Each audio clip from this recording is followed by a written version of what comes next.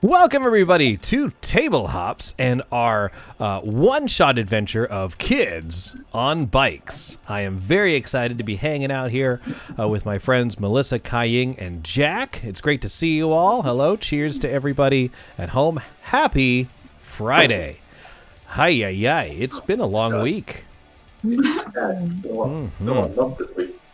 Well, so Jack, you may know from our various D&D campaigns online, including Rime of the Frost Maiden and Ghosts of Salt Marsh, as well as Waterdeep Dragon Heist. So it's good to have you back, Jack. People have been missing you. Good to see you playing on it as well. Jack's been doing work at some breweries for school, so that's where he's been. And hopefully he'll be joining us on some more D&D soon. We also have Kai-Ying and Melissa, who are you have probably seen in some of our other one-shots, and are also part of my ridiculously large D&D in-person campaign. So welcome, and thanks for hanging out with us. Yeah, man. Glad to be here. So we're going to be starting today's evening with some character creation. And guys in the chat, if the audio's wonky or you can't hear someone, feel free to pop it in the chat, as I am trying a new setup here. And you let me know if everything I just said was just my mouth moving and no sound. That would have been really awkward. That's cool. It's happened before. Well, we're going to be, yeah, it has. So we're going to be starting today with our character creation, and I find the easiest way is to assign my stats. So I'm going to give you a list of stats to write on your piece of paper, and there are 6 of them. You guys ready? Yep. Ready. You have brains and brawn, so that's 2 different skills. You have fight and flight, those are 2 different skills as well. And the last 2 skills are charm and grit.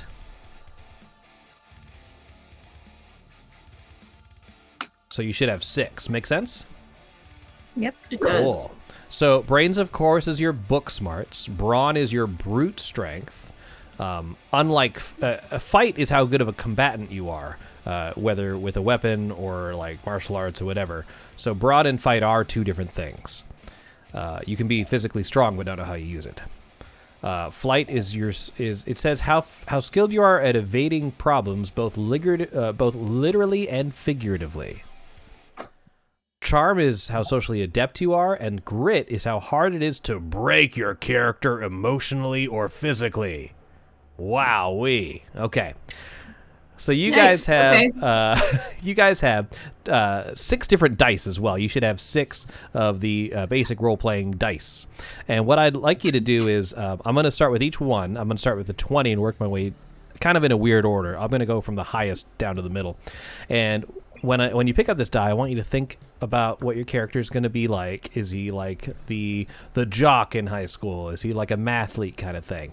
And I want you to start with a D20 and choose one stat that your character is superb in. You can, just by looking at your character, you can readily tell that this is a strength of yours, this skill. So go ahead and plop the D20 or write 20 next to which one you want. And you can change these. Just first instinct, yeah. Go with that to start, and then you'll have time to adjust.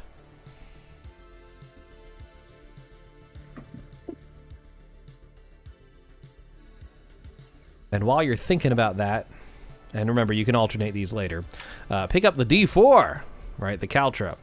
And upon first meeting you, people would immediately be able to tell that this is a weakness of yours. You are remarkably bad with respect to this stat. So which one is uber bad, real bad?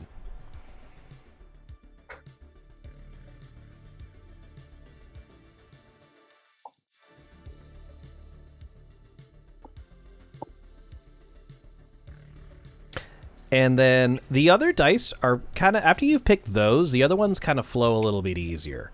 So you have the D12, which is your impressive stat, and D10, which is above average, and D8, which is below average, but those are very close. And then finally something that you're just pretty bad at. And I like to just go with first instinct, just place them there, and then as you develop your character, if you want to flip those around, totally cool.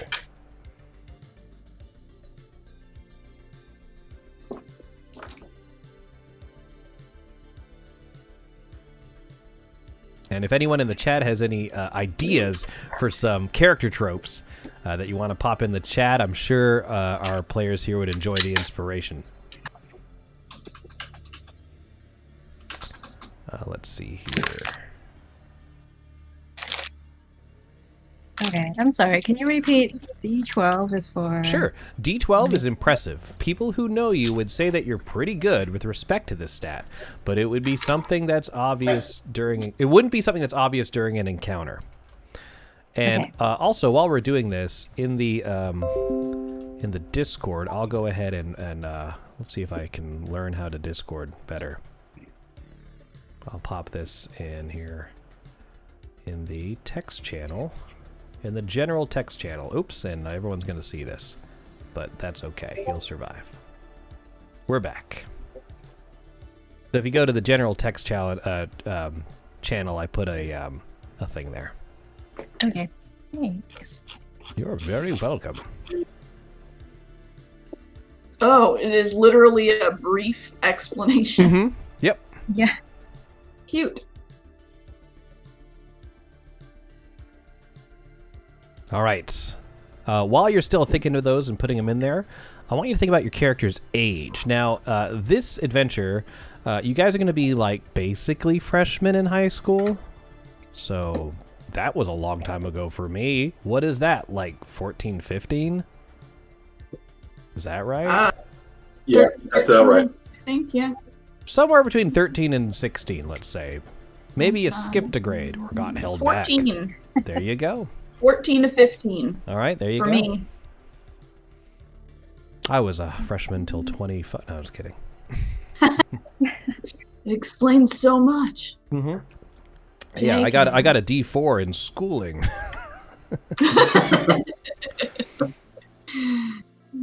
Alrighty. Oh boy. Can I open up more than one Discord at the same time? I cannot. Fair enough. I was hoping I could open up the text channel somewhere else, but it's not letting me do it. Or to generate a name. That's stupid. To prevent any more screen messy uppies, I'm gonna cut and paste stuff into the Facebook chat we have going on between the four of us. Sound good? Okay. All right, cool. Yep. All right, sounds good.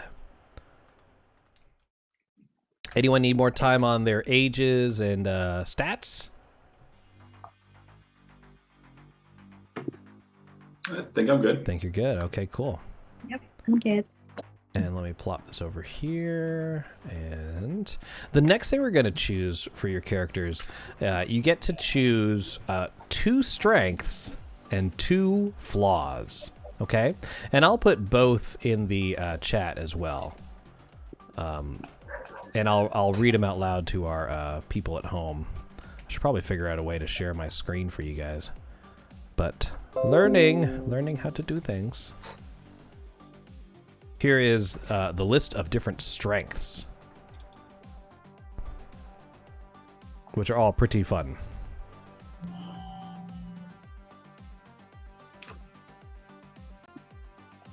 And while you're perusing those, I will mess with my stuff to see if I can share my screen with the audience.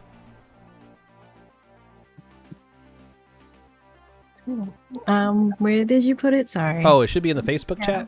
Did it not show up? Yeah, it did. I just wasn't looking. That's fair. Okay. Okay. Let's see.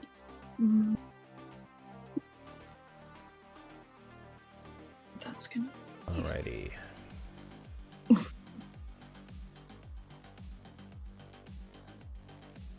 Is it this? Is this it? No, that's not it. It's this one. Alright, cool. Almost got it, so you peoples at home can see what we're doing. Window capture. That'll be it. Alright, and...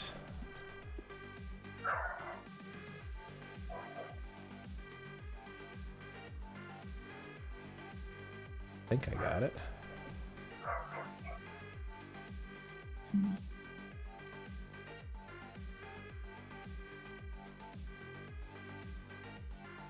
Almost. We did it. Thank you for your patience. Okay, so I will put this on for us as well. Players display.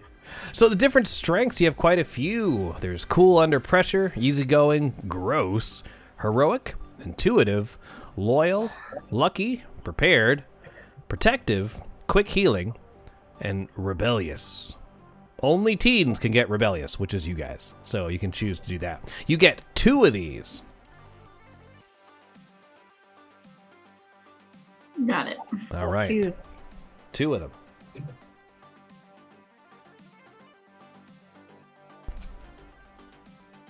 Okay. Now, the, oh, there was a few more on the next page I didn't see. I'll plop them over for you.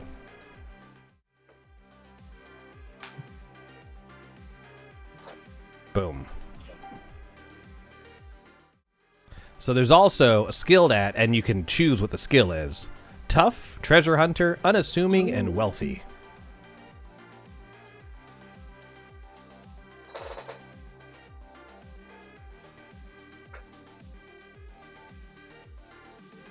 So these might be choices of yours as well.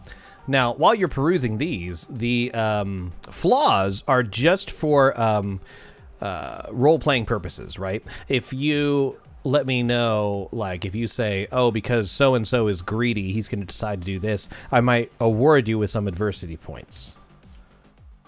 And I'll put the flaws in the chat as well for you to be able to see those.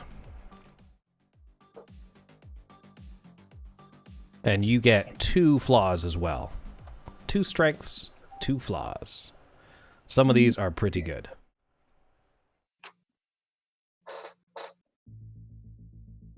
Gloomy. Rude. I'm looking for the 4 Ninja Turtles, is what I'm...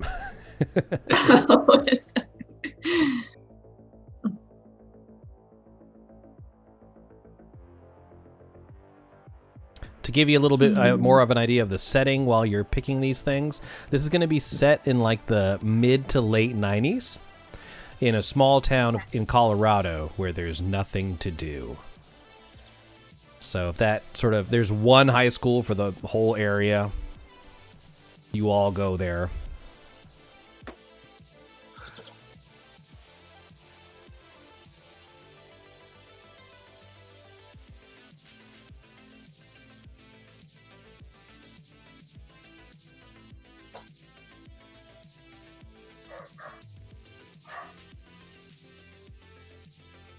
And if you've already chosen your strengths and your flaws, the next thing you can do is basically decide what is in your backpack.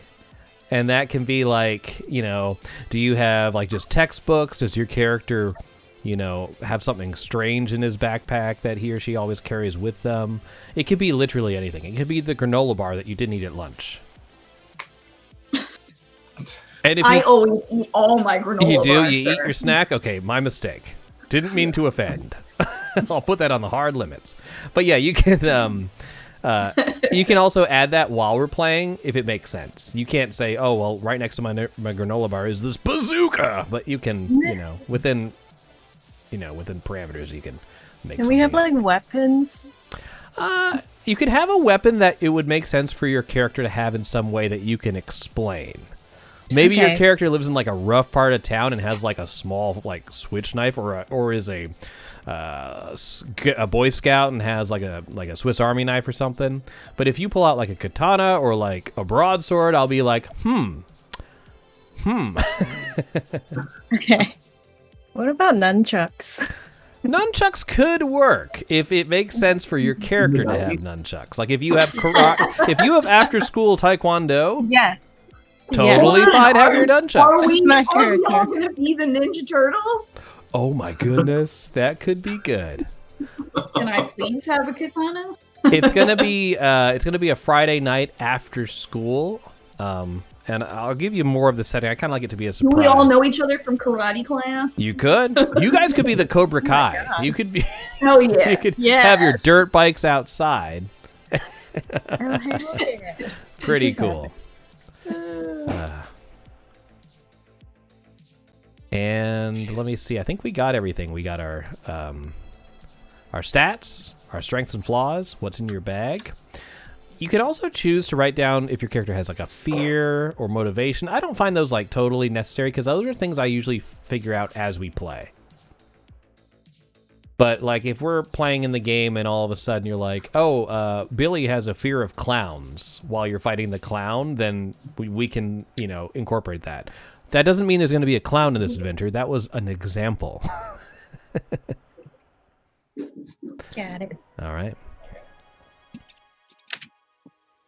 But that's really the whole thing.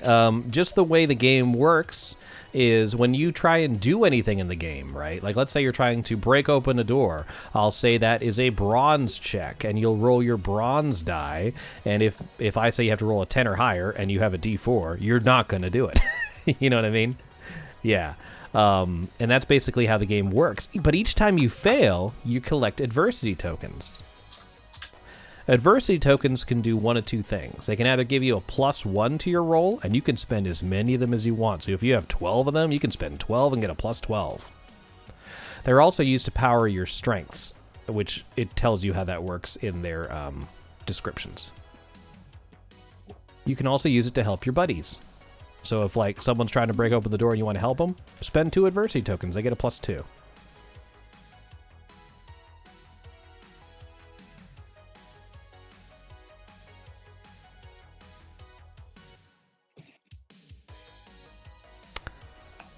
I'm thinking, when I think of the setting, I'm thinking like kind of that the high school's like, what is it called? Bayside from Saved by the Bell. It's kind of that time period. Okay. Bayside High. Mm-hmm.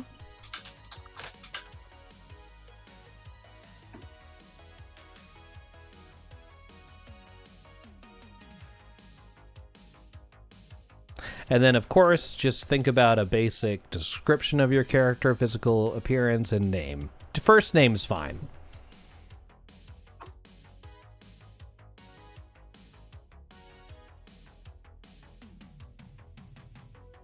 Okay.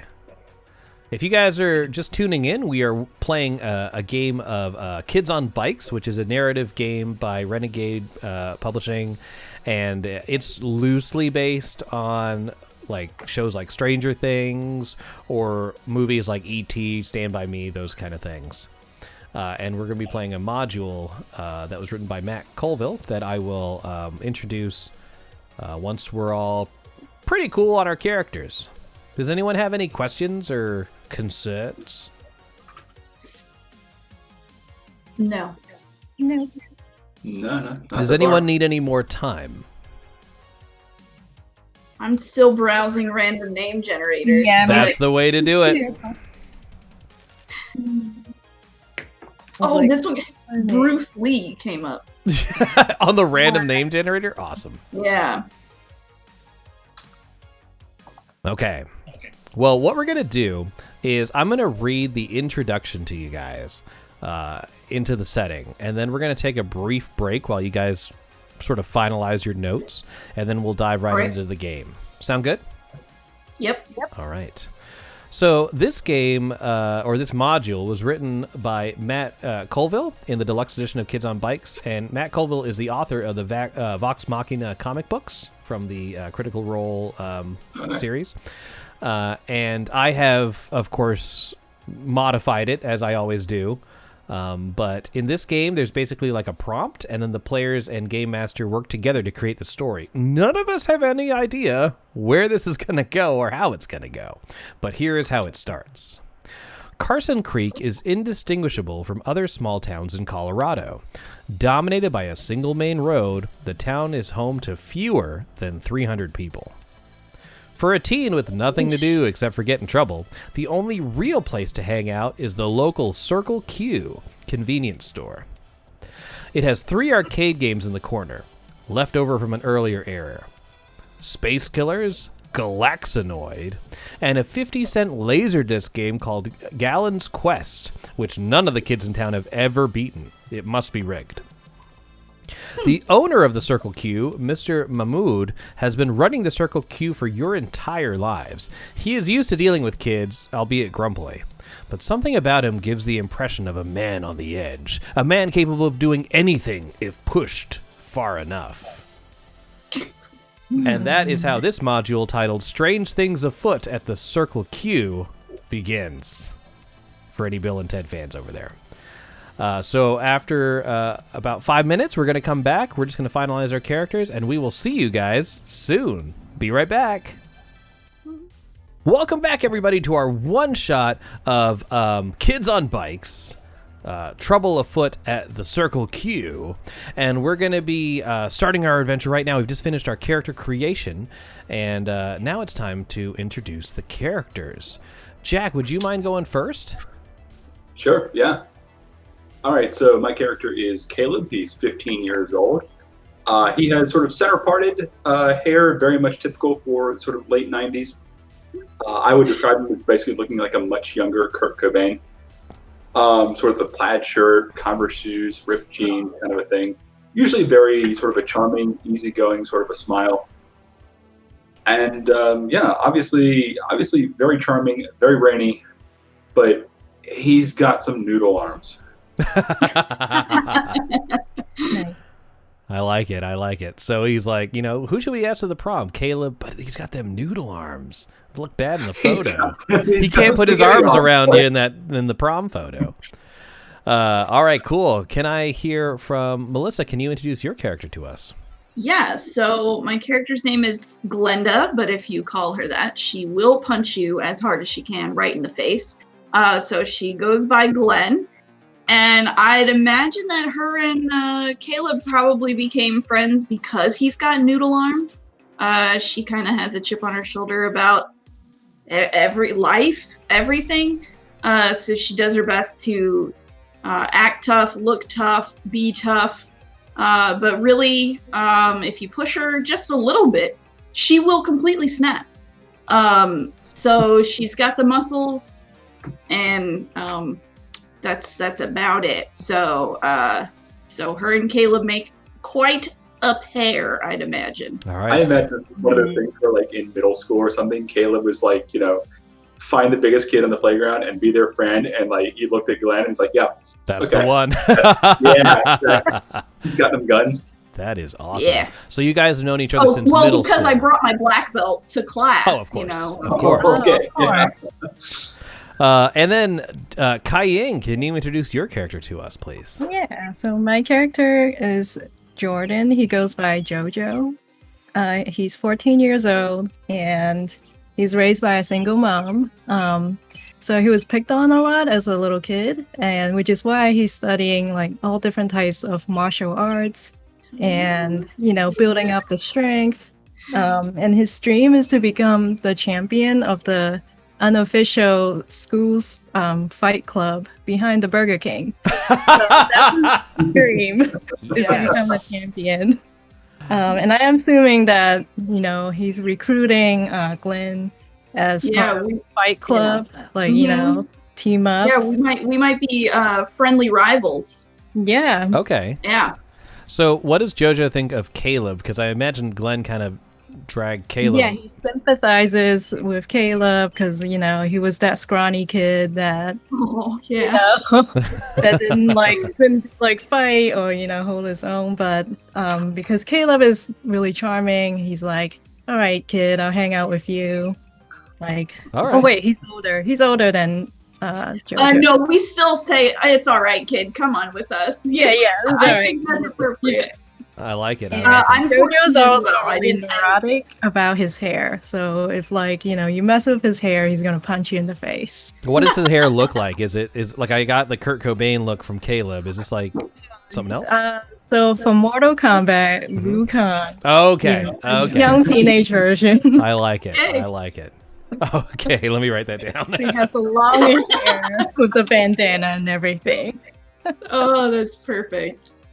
Now, I got Glenn's is she physically? Is it her that's physically imposing? Is it her personality that's imposing, or? So she is physically imposing, but more in a sense. Yeah, it's kind of the bravado she puts off more than anything else. She's not outwardly like beefy or anything, but she has a lot of fighting skills. I see. Okay, so is she? When you say is she like women's basketball-esque, kind of like imposing, or just not? It's not even the physical thing. It's just this personality that comes. No, I don't think it's even the physical. So I think she wants to be like physically imposing. Okay. And has the personality of somebody much larger than she is. If that makes sense. Sure. Kind of like the scrappy little dog. Thinking that it, yeah. Okay. So But she actually does. She has built up some skills to actually back that up at this point. Okay, cool. So I'm getting the following vibes from each of your characters in terms of like 90s tropes, and you can tell me if I'm wrong there, Glenn. I'm just trying to figure this out. JoJo has the 90s quintessential martial artists kind of like aesthetic. Caleb has the grunge rock, Kurt Cobain, torn jeans, and then the plaid shirt kind of deal. Is Glenn kind of like the rancid Black Flag punk kind of safety pin girl? I mean, that's kind of the vibe I'm getting, but I don't know. Maybe not. Gosh, I'm trying to think of a character equivalent. Who is the tomboy on the shoot? What was that called? I don't know. I'm bad at this. Was it Saved by the Bell, or what? Like a TV show, or? It was. I don't know. It'll come to you. But right now, I'm just gonna think that's what my mind's gonna go to when I try and picture how this is going. But it might change. Tomboy. Yeah, scruffy tomboy, easy go. Yeah, we could easily do that. That works. So now, I have some world building questions for everybody. And if you are in the chat and you want to contribute, just feel free to pop in your answer. From what you've heard, just feel free to pop that in there. The first question is, I said it's mid to like late 90s. What is the actual year?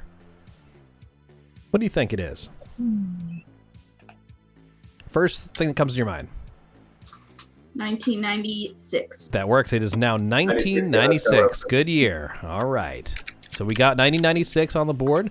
It's going to be in fall. So it's going to be, the weather's going to be a little crisp. Perfect for a flannel shirt. This is actually perfect because I have so in my backpack is a Walkman with a Soundgarden tape inside. That and the works. Soundgarden tape on the side was down on the upside, which was released in 1996. Just came out. It just came out. And I was so thrilled to have picked it up in the mall, too. That was actually what I did when I was about that age. That's yeah, me too. You finish listening to the tape, you get your pencil out, you rewind the tape. Yeah, you do. Yeah. JoJo probably bonded with hair products. Ooh. Yeah. So that's first. It's 1996. That works. Now, the next question, this is very important, is which of you three, as we're starting our adventure in the Circle Q, near closing time around the 3 arcade machines in the back, which of you has the highest score in Galaxinoid? Probably Caleb, yeah? Caleb? Probably me. All right. Yeah. That works. So we're going to say that our adventure is starting with Caleb about to beat his high score. When it gets to high score, it just says he basically wrote out Caleb with all his, like each letter of his name, and he's trying to beat his previous high score. And you're on this long run, right, of Galaxinoid, and you don't want to stop, but you know that Mr. Mahmood is going to be closing shop soon. He's starting to get grumpy. So that's the first thing. Now, the next question is, which of you got into an argument with Mr. Killian, the history teacher of the high school, and was suspended for 3 days? Oh, shit. And that's what was probably... the argument about? You think Glenn? Glenn, you think it's you? It might have been me. Sounds like a very Glenn kind of thing, yeah. What did you argue about? Or it could be you didn't argue with him. It could be you did something. I mean, what got you suspended? I don't know. I'd imagine I was just like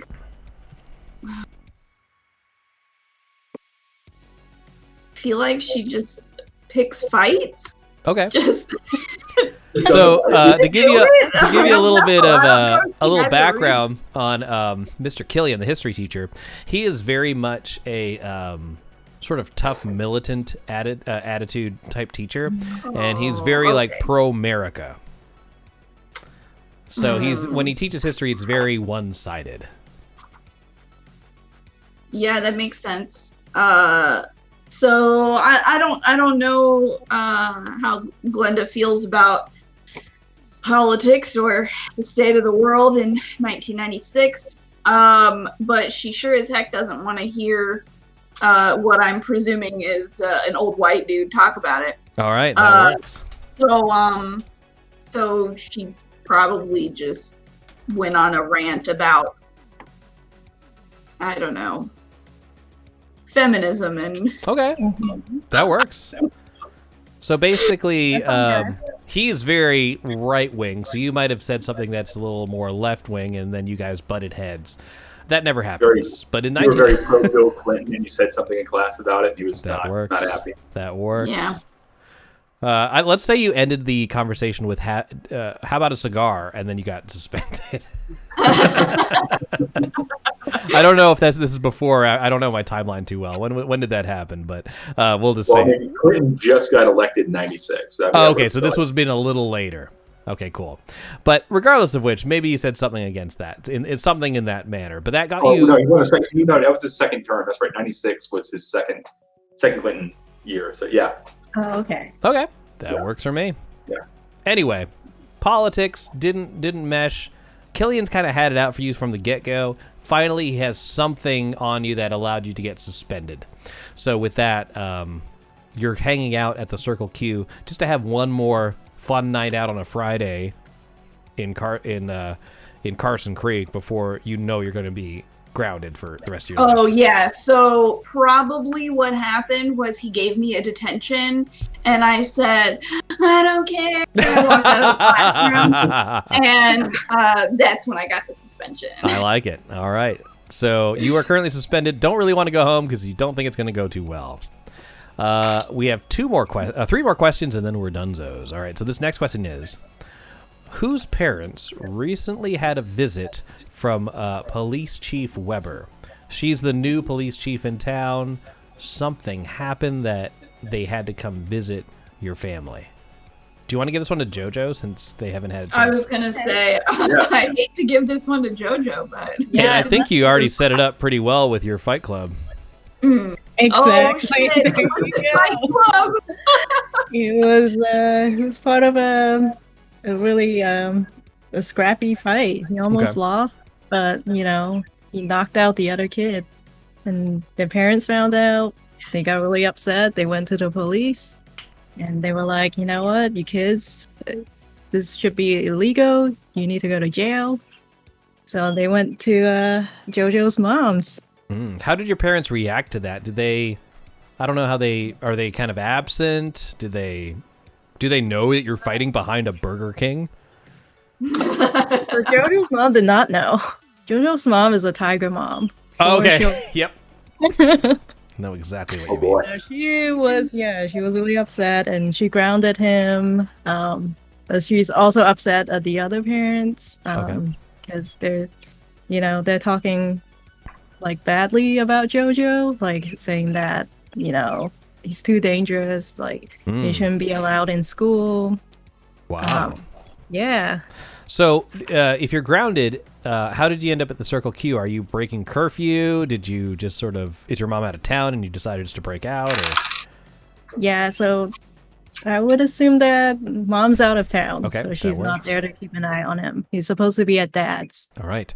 I want to add one bit of flavor to your Fight Club is that the current winner of the Fight Club wears the Burger King crown, the cardboard crown that that has to be a thing, right? They're the Fight King. Yeah. The Fight King, yes, exactly. Fight King is also his bully.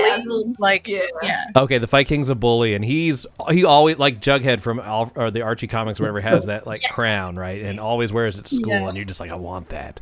It's cardboard, but I want it. Last two questions, and then we're jumping in. Do any of you ever think about leaving Carson Creek when you grow up? Yeah, that's actually my motivation. I want to get into a good school so I can get the hell out of this little town. All right. So your grades are pretty good in high school because you're trying to get into a good college. I'm really, really brainy and really charming, All but right. not real good at like fighting. So I'm not gonna like join JoJo's Fight Club or anything, but I might like watch. Take bets on the side. Yeah, I was gonna say you're probably running the bets, like Maybe so. Yeah, that's. you're keeping tabs on everybody's bets and That's how I'm like. and checking the police scanners and everything. Yeah. So Yeah, but I absolutely do not want to be here past my senior year. that's Yeah. fair. Anybody else? Is anyone really like Carson's Creek and wants to stay here? I don't think so. I'll probably go wherever Caleb goes, just and get a part-time job doing something. Yeah. Is there a reason, if you're so physically imposing, that you have not taken the crown of the Burger King? Are you just not involved with the fight, or? I would think that this king of fighting, probably a senior, and I just broke into the scene. I'm a freshman. Oh. So I'm kind of just getting into this fight club scene, maybe. Okay. Or something like that. If I impose a little wrinkle in this and you accept it, I'll give you a adversity token, Glenn. All right. The reason you haven't gotten up on the senior or shown your physical prowess is because you have a crush on the current Burger King. Ooh, he sounds like a good though. He's probably a big douchebag. Yeah. But maybe it's high school. We always make bad decisions in high school. True. That's true. Up to you. You can just bypass that and not take the adversity token. I had already envisioned somebody real gross, but now that I'm thinking about it, I'm like, 90s teen drama villains were real super hot. Yeah. So, It's the bowl cut. Yeah. Mhm. Sure. All right, take the adversity token. All right. Final question. I'm in love with the Burger King. And if you want to think about his real name, or do you just call No him one King? knows, Is he right? just called? What is he masked? Is he wearing the Burger King? No. I mean, like, no one knows about the crush. Oh yeah. No one knows about the. No. Right. No. She's very standoffish about it. There would be no Okay. clue that would be the reason she hasn't challenged him. Maybe Yeah, Glenn here's just says like, I'm just biding my time, waiting for my opening. Right, yeah. Last question is: when desperate, what have you done for arcade money? And it can just be one answer from one person, or maybe you guys work together to. Maybe that's the booking thing. Maybe the bets. That's a booking thing, yeah, for Fight Club. Yeah, I like that. So you now have like a sack o' coins to use in Galaxinoid that you've gotten from this fight club that JoJo's mom is not happy about.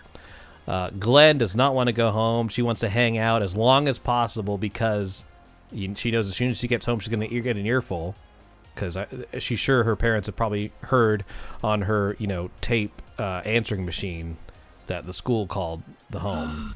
Oh, yeah. Yeah. Oh, that's right. So at that point, we're going to go ahead and jump into our adventure. So currently, you guys are it's dark. Mr. Mahmood has already turned off the lights, turned off the open sign of the convenience store, and the only thing illuminating the room right now is the glow of the Galaxinoid screen and the sounds of 16-bit arcade music.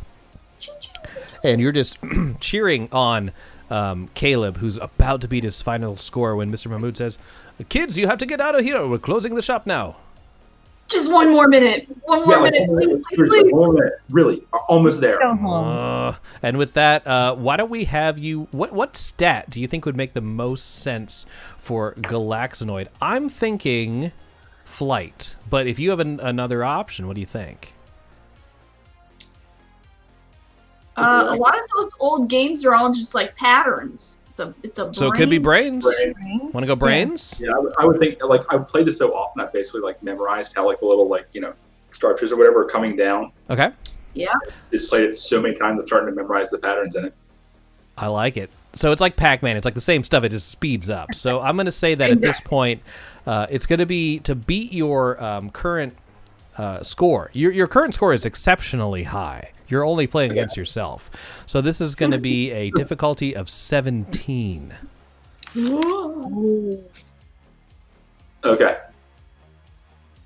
So explain to me how we roll this then. So what you do is, you have a D20? D12. D12. All right, so you're going to roll a D. It is still possible. You roll a D12, and that's the number you get. If by magic you roll a 12, you get to roll again and add the numbers together, and continuously do that until you don't roll a 12. But again, the chances of you beating the score, you're so close, but it is the highest score you've ever seen anywhere. Yeah. No one's beaten it. You've written Caleb in the high scores. Gotcha. I got a 9. Okay, fair enough. So unfortunately, as you're distracted...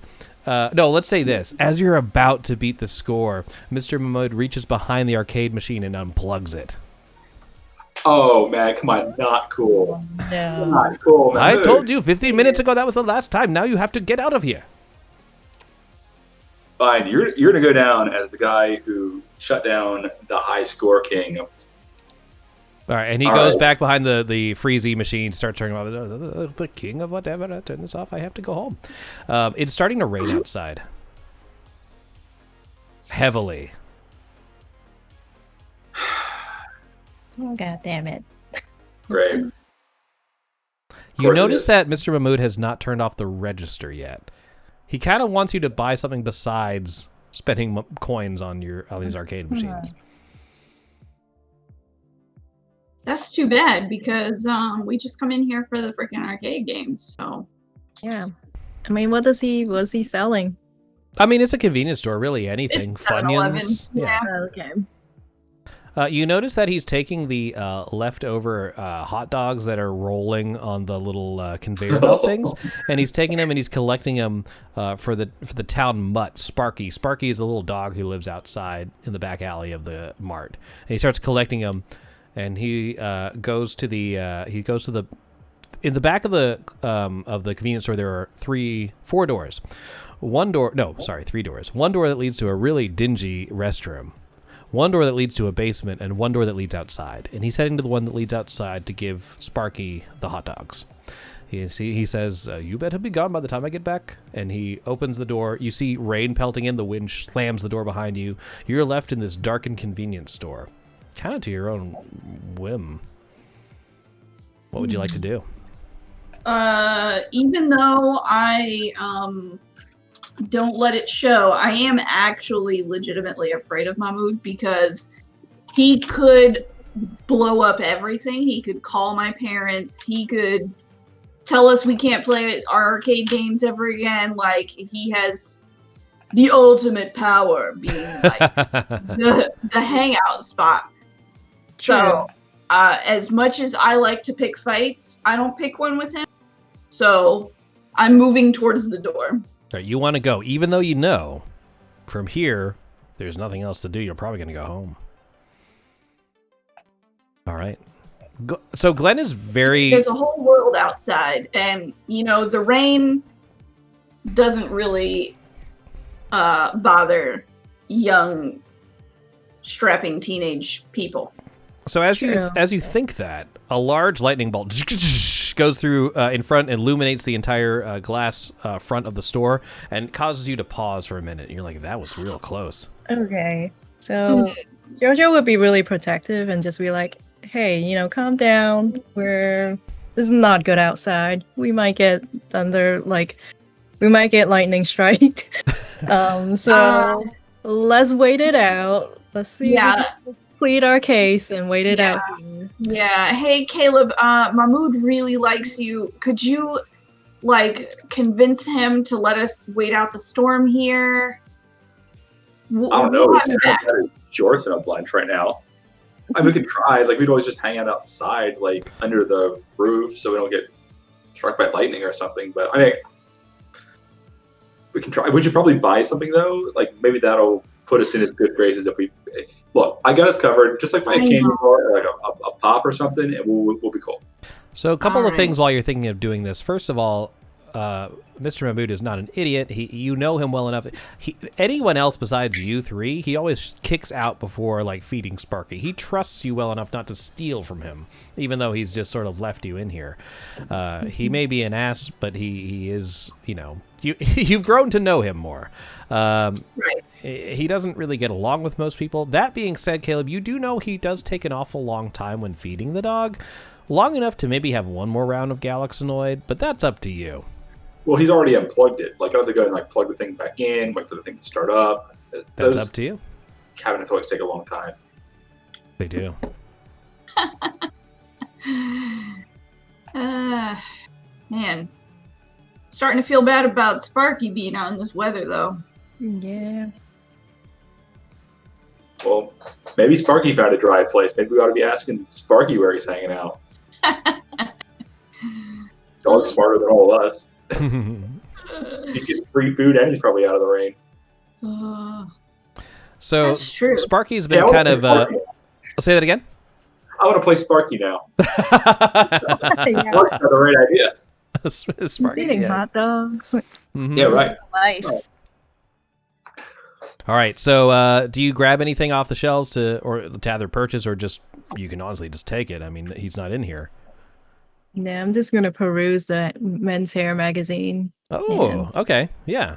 So there's different styles. Some of them come with like a little, little foldy things of gel that you can like squeeze out from between the pages, which is disgusting. God. Yeah, like use this product.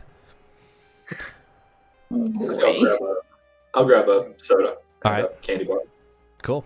So you grab a couple of Kit Kats or something, and I guess throw the change on the counter. Yeah. Yeah. All right, sounds Glenn, good. you want anything? I mean, I got you. Nah, I'm good. Thanks, man. Yeah, you got a sack of You're gonna be up coins for to a spend. long- Yeah, you're gonna be up for a long night, dude. You sure? I'm all right. All right. All right.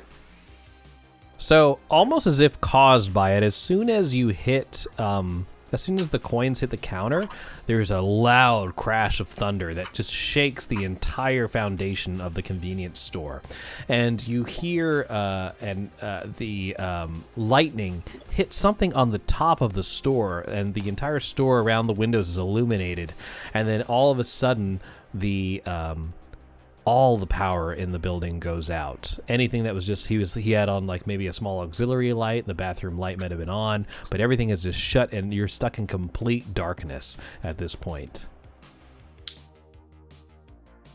Guys, I am you not got a leaving. flashlight? I don't know, do you? There's probably some for sale. I know. Is there a flashlight? There for is. sale? And D batteries. And Oh. battery. Ooh, You'll have to open the packaging. okay. Terrible vacuum sealed packaging. Mhm. But they also have scissors, which are in the same bubble packaging. Damn it. I'm sure Mahmood has some scissors behind the counter or box cutter or something. I can slice open the package. with. Everybody roll a grit check really quick, please. Oh shit. Oh, well. And roll it if you explode, which means roll the highest number, roll again and add them together. And I'll ask you one at a time once you have your total, what you got. Everyone rolled? Yeah. All right. Glenn, what'd you get?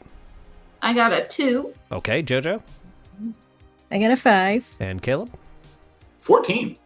So, Caleb, since it happened right before your eyes, you dropped the change on the counter and that lightning bolt. You think you hear the small whine of a dog as soon as the lightning hit the top of the building, like a scared yelp. Yep.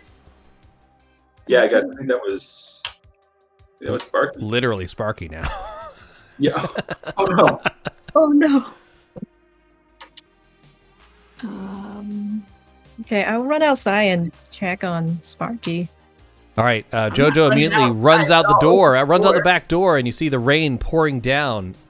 It's just you and Glenn and Caleb inside the building. What do you want to do? Jojo just ran out. I mean, I'll follow JoJo to the open doorway, but I'm not going outside just yet. Okay, Caleb. I'm probably just gonna hang here, like by the register. Okay. Bad omens. This seems to be like a bad omen. Bad omens kind of make me nervous. I'm not really a big fan of this. That's fair. So, Jojo, you first out on the scene in this little alleyway behind, there's a dumpster, and you notice sort of reflected eyes from underneath the dumpster of this small, like, Cocker Spaniel, like, shivering underneath the dumpster, apparently just frightened from the noise. You recognize it as the town mutt Sparky, who's just like hidden underneath the thing. Not injured or damaged in any way, just afraid of the noise. Now, next to the dumpster is the face-down body of Mr. Mahmood, just pelted by the rain. Okay, so I'm yelling out, "Hey, Glenn, Caleb, this isn't good." All right, so you have to yell that over the rain because it's still pelting down. Well, I mean, how far away is Mr. Mahmood from the back door? It was like 5-10 feet. Can I see all this happening? Yeah, just from looking in the door. Okay. It's like right next. He was just like coming out to feed the dog. So I'm yelling to Caleb, "Hey, Caleb, grab the door. Mr. Mahmood has been hurt," and I go outside and help. Jojo would took off his jean jacket and cover Mr. Mahmood. Okay. Try to shield him from a ring a little bit, and then try to sit him up. All right, sounds good. Why don't you roll a let's roll a brawn check. Either Glenn or Jojo can do it, just to sort of lift his wet, unconscious body off the ground. Okay. Either or. Yes. All right, I got a 11. Okay. There you go. So you lift him up. The rain has soaked through his clothes and just sort of doubled his weight almost as you flop him on against the wall. He has to have like a scratch in his head. It seems like when the lightning happened, he slipped, maybe hit his head on the dumpster or something. He is alive and breathing, but he's not even conscious. He mutters a few nonsensical words, but he looks hurt and he's bleeding from his head. Oh boy. Is Sparky like chained up somewhere? Does he have a little house? He's a stray. He's underneath the dumpster. Okay. All right. Well, I think we should drag Mr. Mahmood into the store and try to call 911. All right, that works. Dragging him in. Why don't you roll a bronze check this time, there, Glenn? Okay. 4. All right, you try and yank it up, but you can't get the right leverage, and as you try, your steel-toed battle boots just slip in the rain. Would this be considered protecting a friend, though? It is. Yeah, we can say that. Then I guess that's a 7. That works. Nice. Oh, I am so sorry, guys. I missed a very important rule that I should have told you. When there's a check that isn't aggravated or like contested by someone else, like it's called a prepared check. Instead of rolling the die, you can take half of your die's value. Oh. So Okay. if you have a D20, instead of rolling the D20, you can just say, "I got a 10." That one was my D12. Okay. So 6. I got a 6. But then I can make that a 9 if I'm trying to get him. Half a 12. You can make it. I'm confused. Sorry. You rolled a D12 and got an 11? I rolled a D12 and got a 4. You can make it a 6. Okay. Okay. So But then I'm protective, so I get a +3 when defending a friend. So it's a 9. Right. Yeah, that's right. And 9 is enough, so you're able to drag him with the help of JoJo, just sort of like, you get the feet, and you kind of drag him in. Right. Sparky looks out, kind of looks from either side and barks, bark, and but then just seems too afraid to come out. Okay. All right, so you bring him into the door, and the door, Caleb, you're holding the door? Yeah, I'm holding the door. All right, they bring in the wet, bleeding from the head Mahmood into the store. Oh, we should probably get a towel or something on his head. Like, Yeah. where's that rag he uses for cleaning the slushy machine? Ooh. It's probably still there. He probably started and left it there. Yeah. No, I'm gonna grab one of those sham wows before they were Yes. just like the orange Yeah. chamois. It's super absorbent. Every gas station. All right, so you go over to the stand where there's a man in cardboard going Right, yeah. to the ShamWow, and you take it off, and you're like, oh, this is really absorbent. It's really good for head wounds. Yeah. You do know that you've staunched the bleeding, but you don't really know what you're doing. You need help. Yeah. We need call 911. Yeah. All right, who's calling 911? I will do it.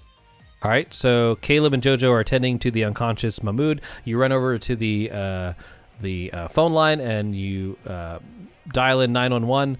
Roll a charm check to see if you can sort of keep your emotions in check while you're explaining this to the police. Oh boy.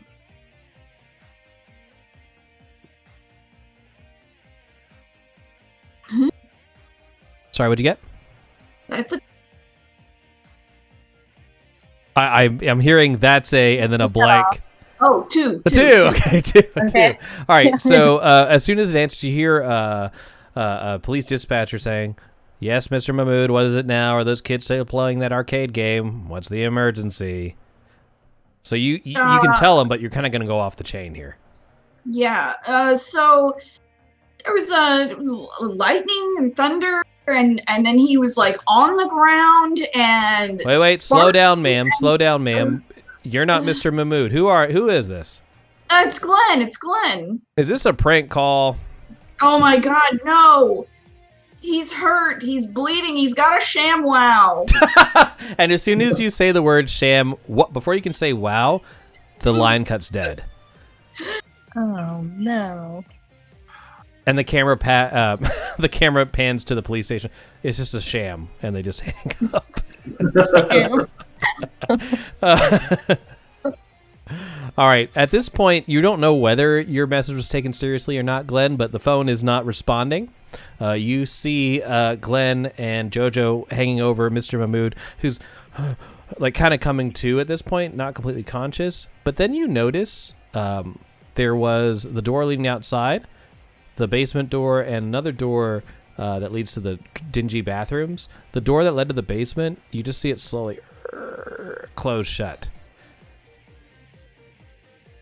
And with that, we're going to take just a little 5-minute break.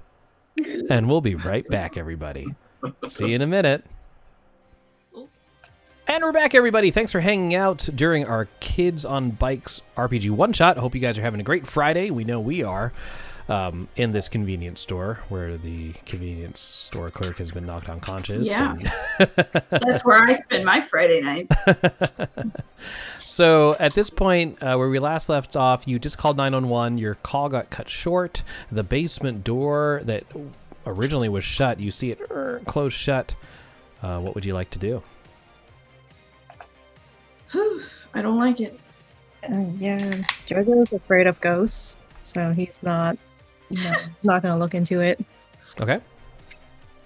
So, Chris, I have in my backpack, I have a book of local supernatural tales. Okay. Oh my God. What? That's so good. Not like local ghosts or anything that would be famous for our small, cruddy little town. Yeah, let's think about that for a minute. It's the one. It appears on like a dark and stormy night. So yes, you have heard of some strange tales of supernatural occurrences in this town. If most of them are debunked as being very bored, none of them have been reported around the Circle Q. Some have been around the police station, some are around like the library of the town, that kind of thing. Nothing over here that you can recall. Okay.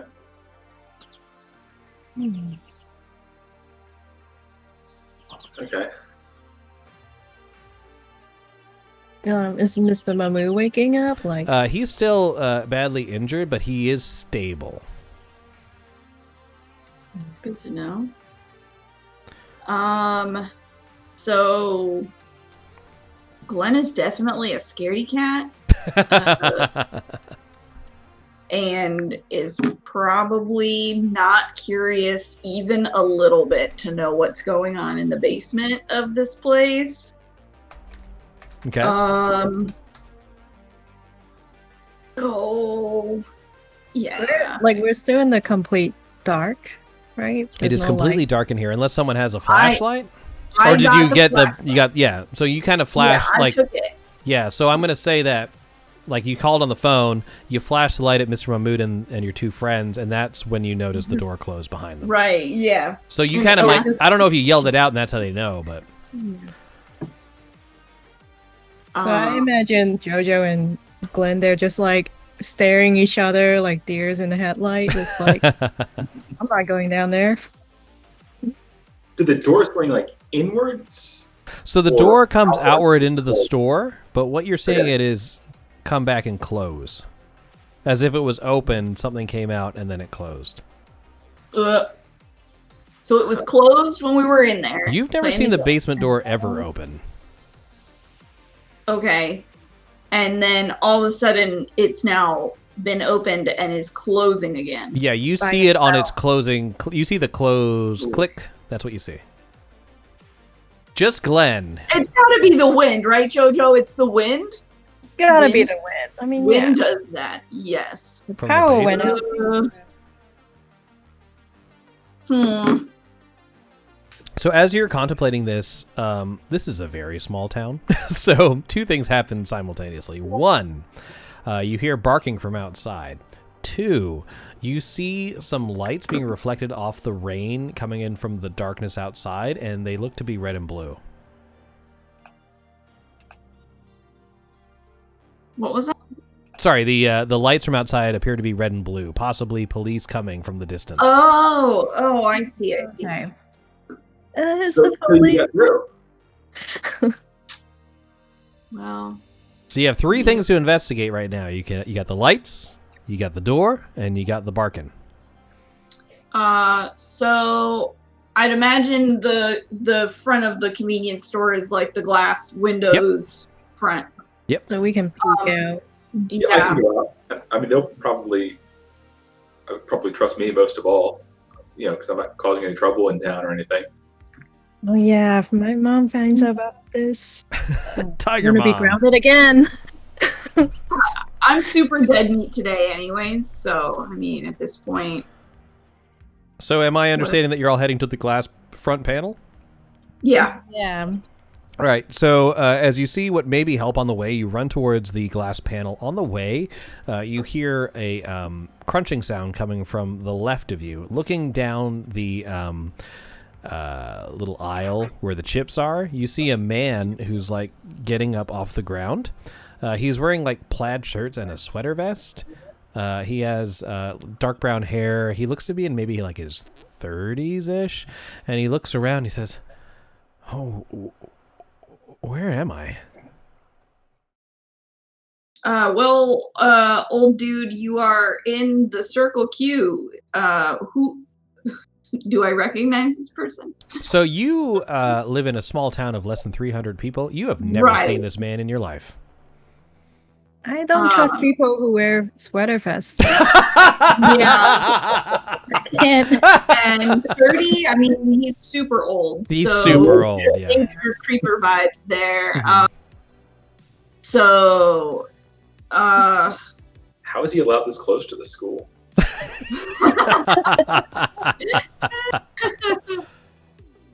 Okay, I go. Can we help you, sir? Yeah, this place, we're closed. We're closed. So as you kind of approach him a little bit, he kind of like, oh, and moves back, crunches into a bunch of Doritos, and he's like, he looks, what's the word? Just discombobulated, disoriented. At that time, you hear as a police car, big black and white, just screeches in front of the Circle Q. The door opens and a lone police officer comes out. Jojo, you recognize it as Chief Weber, the woman who visited your tiger mom. Damn. I go. Hey, Chief. How's it going? So with that, she lowers her flashlight. Like, She knocks on the door because it's not opening. Okay, I'll You open Go it. All to right, the- Caleb. Just click. Open it, and she comes in. She starts like, Jojo, how would I know I'd see you again here, shining the light like directly in your face? It's not my fault this time, I promise. You know, Mr. Mahmood just got struck by lightning, I think. We're the ones who called to get help. With that, she sees behind you the sort of prone body of Mahmood. She's like, "Oh my god!" And she moves over and like tries to help him. It's like, "Mr. Mahmood, are you okay? Are you okay? How many fingers am I holding up? That stuff." He seems to be coming to. What are Jojo? As you're directing Chief Weber over to Mahmood, what is Caleb and Glenn doing? I'm still keeping an eye on this strange dude that seems like he's never been in this store before, which means that he's not from around here. Okay. Yeah, he wasn't in the store when we were in here. I mean, we were the only ones left. Right. So you and Caleb and Glenn are looking at this stranger. Yeah, and we're kind of talking about him like he's not in the room. Like, gosh, where did this old guy come from? Like, we were in here playing games. And, like, where was he when we were trying to frickin' drag Mr. Mahmood in here? It would have been nice to have a hand. So as you're kind of looking at him or maybe saying a few quirks about like his weird behavior, as the police officer walks by, you notice that his eyes are completely fixated on her, and he doesn't seem to hear what you're saying. Chief Weber, do you recognize this guy? So you, Who's Glenn, you hear him whisper Rachel, like questioningly, as Chief Weber turns her flashlight towards the man. All you see is a sweater vest running into the rain as he's just bolted out the door. Wow, Chief, what'd you do to that one? So I don't know who that was. What the hell's going on here? You recognize your name, or you. Me? What do you mean? I don't know. Is your name Rachel? And she looks, she says, "No, that's Chief Weber to you, Kelly Weber." Well, Enough of this. You all get in the car. And she points to the car as she's sort of like, she puts on her walkie. Like, "We're gonna need an ambulance here. We got someone down at the Circle Q." She asks you. She basically points, says, "Go to your car." I mean, you got enough going on here. Yeah, we're good. We're gonna get out of your hair. Right. You're two people at the scene. Everybody, you can't fit all of our bikes in there. everybody, roll a grit check. Keep your numbers. What am I rolling? Grit check. Keep your numbers. Grit? Oh man, Keep your numbers. Okay. this is not good. No. You can take the half number at this point. Yeah, well, it doesn't. Yeah, still not good. All right. Glenn, what'd you get? 2. Jojo? 3. Caleb? 9. Okay. So as you head outside, admitting your defeat, Caleb, everyone else is just moving towards the back of the police car, as if they're used to being there. You, on the other hand, look to your right and see bikes, and look over and see the police chief is busy. It's up to you whether you want to just surrender the bikes and go into the police car, or if you want to try and talk your friends into doing something else. I mean, do you really want to go to your parents' house in the back of a police car? Because, I mean, our bikes are right here. Like, yeah, it's wet, but do you really want to explain why you're pulling up to the front of the house in a cop car? Yeah, I still can't go home yet. Let's go to my house. I mean, it's better than getting in a police car. Yeah, you're right. All right. So with that, Caleb's already like gotten on his bike. Yeah. Let's Yeah, roll. go. All right, sounds good. So you get on your bikes and you don't dare turn on the little light on the front of it. You just speed off into the night, the water coming off of your tires. It looks like Chief Weber hasn't even paid attention. You hear like a yelling like, "Hey kids, get back here," like from way down the distance at that point. But at that, she's like, "I can't leave this man unattended." She waits there. You guys are home free. Caleb, are your parents home? Yeah. Okay. What did they think about you bringing home like, two classmates at like what for them is late, like 9:30 at night? I mean, there's nothing else to do in this town. I'm pretty sure we all probably hang out at some weird hours, and it's not a school night, so I mean, they're relatively okay with this. I don't have any tests I've got to study for or anything right Yeah, it's now. a Friday. Right. So. Are your parents pretty supportive, or do you have both parents there? Or? Yeah, there's both parents there. Yeah, they want me to do well in school because I mean they support my getting out of here, but as long as I do well in school, they're mostly off my back. Okay. So as you come in with your friends, your mom is there. Your dad's sitting in the recliner with you still have the wood paneled walls, and the mom's like, "Oh, Caleb, it's good to see you. I'm glad you brought your friends. Are you guys gonna go in the basement, play some Dungeons and Dragons? I can make some pizza rolls." Oh, that'd be sweet. Pizza All rolls, right. yes, please. No. Yes. You could have pizza in the morning, pizza in the evening, pizza at supper Pizza time. That's pizza bagels. When it's on a bagel. So yeah, with that, you head down to the basement. I'm gonna say the basement is kind of like your hangout space. Like you have your own little area. I'm gonna grab a couple of towels on our way from the closet or something. Yeah, sure. Yeah, you can grab some of that. Get out of the rain. So, as characters, what's going through your minds right now? I think I would worry about Mr. Mahmood. And Yeah, that's crazy because if it's our okay. if our good hangout spot gets compromised, then we're all screwed. There really won't be anything in this town to do if Mr. Mahmood isn't there to open the doors every morning for our arcades.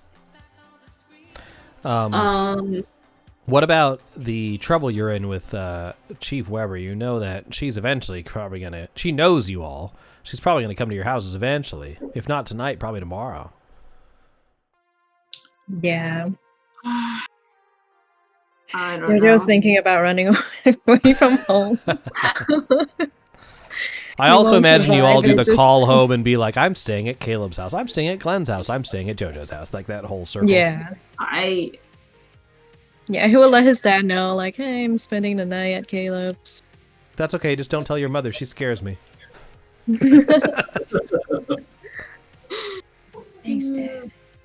I think Caleb would be most weirded out by the fact that this guy just sort of appeared in the store. Caleb's still trying to figure out how this happened, how they missed this, grunge Ned Flanders hanging out. maybe he passed out in the Doritos aisle. Could have been in the Was bathroom. drunk. He wanted some combos, and then he passed out. Yeah.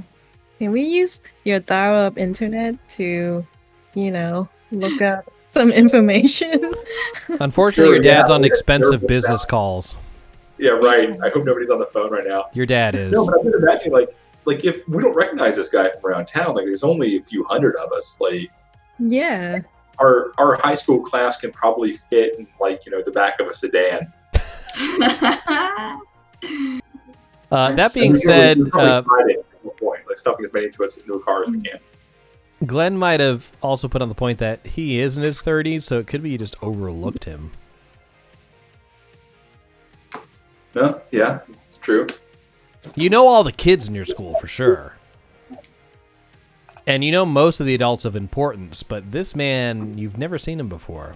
Could be he just doesn't get out much. But Caleb, something's not sitting right with you. So, a couple of out-of-character questions. What do you guys want to have happen to Mr. Mahmood? I want him to be okay. All right. I'm already attached. Does he come back to the store the next day as if nothing happened? Is he going to spend a couple days in the hospital? What are we thinking? Maybe just take some he days is at home? 100% gonna come back as soon as he can. He's a hardworking immigrant. Okay. Yeah, That's who's gonna run right. He'll be back there tomorrow. Yeah, what we're saying? All right. he has to Like a be. bandage head. Yeah, I'm gonna say that's gonna have like bandage on his head, but you better believe he'll be back at that register like the next day, like nothing wrong. That works. That works. Like, no, it's just a little slip. Just hit my head a little bit. It's okay. And the other question was, what do you think happened to Sparky? He safely waits out the storm underneath the dumpster like a good boy, So and then Sparky's still located at the Circle Q. Sparky's probably yeah. taken out under the dumpster because he's eating too many of those all-day hot dogs. He's stuck. Sparky is slightly rotund. The rain like lubricates so we can actually get out. Yeah. All right, that all works for me. With that, you have a sleepover at Caleb's house.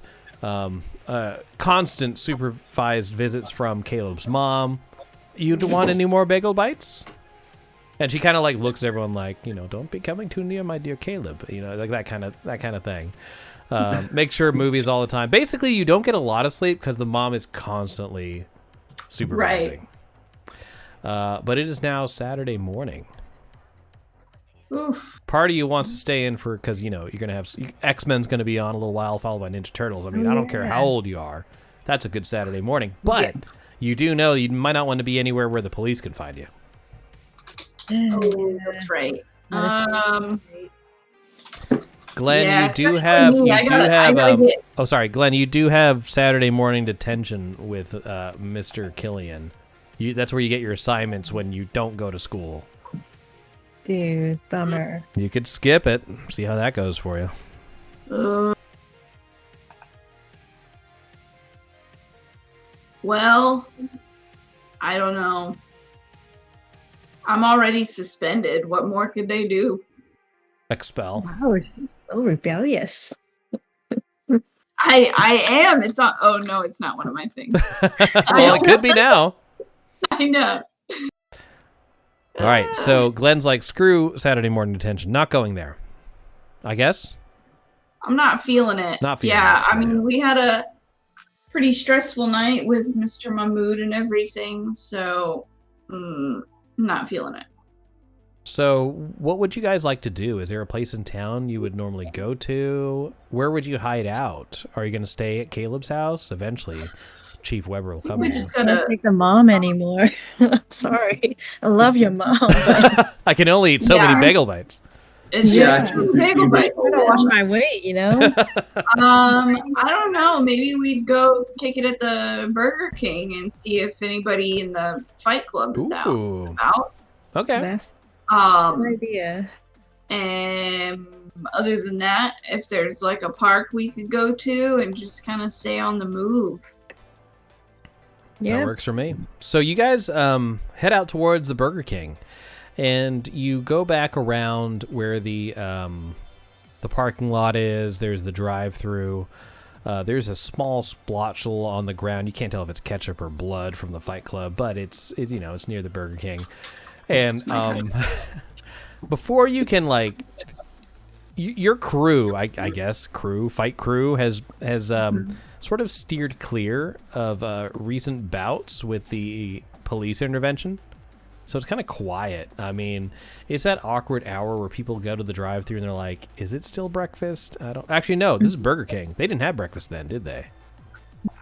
No. So No. it is. Yeah. Let's say it's right when they open. It's like what is that? Like 10:30, 11? Yeah, For like lunch? 11. Yeah.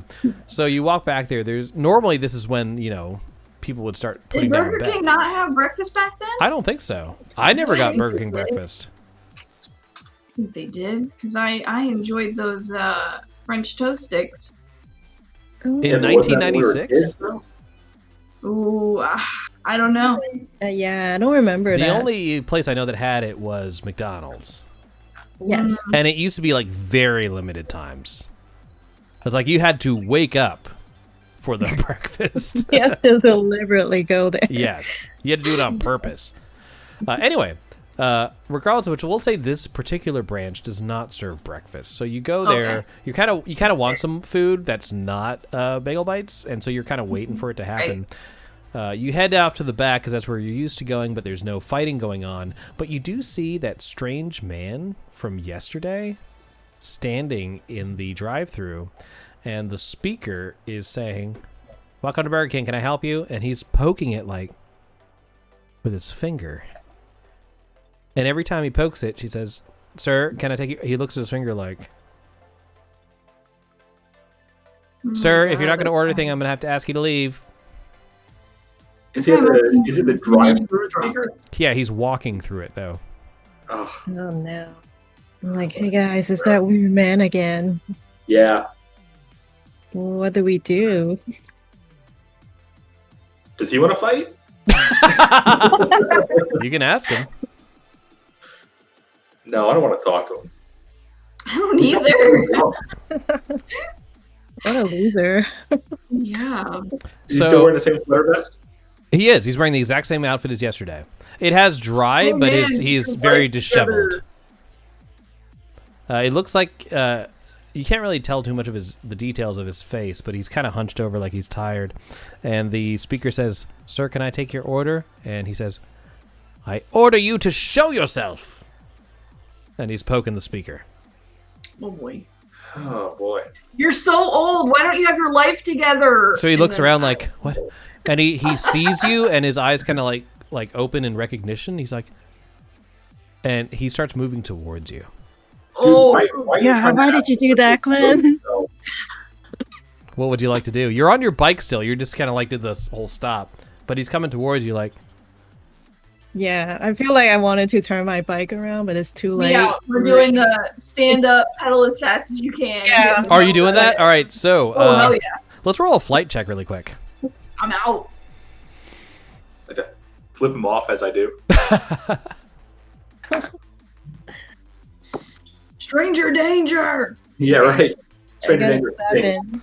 All right, 7 from JoJo, 7 from me. 7 from Caleb, 3 from Glenn. All right, Caleb and JoJo, you begin to pedal off, doing the whole stand-up pedal. Glenn, unfortunately, your chain has come dislodged from the gears, and he puts his hands like right on the head, like stands right in front of the handlebars, and puts. It's like, kid, I don't know where I am. And he's staring right at you, and he has a legit look of fear in his eyes. But your friends are like in the distance. At this moment, Caleb and JoJo, you realize that Glenn, looking behind you, you see the man like over your friend. What would you like to do? Okay, I would pedal back. All right, Yeah, I'll do that. you're coming Curse back. under my breath. One of my strengths is loyal, so I'm not going to leave. I'm not going to leave. All Glenn. right, so you circle back. Glenn, what do you want to say before he has a really bad day? So what does he say to me? I don't know where I am. Right, he looks confused. Where did you come from? He says, I can't remember. I remember dark, and that's that. At that moment, JoJo, you're within striking distance. What would you like to do?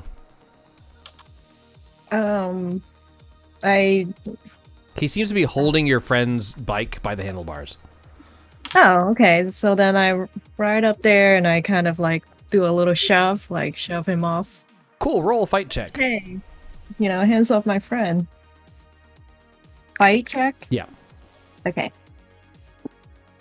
13. 13 is definitely enough. So you swing the rear tire of your bike and actually like trip him, and he falls back on the floor.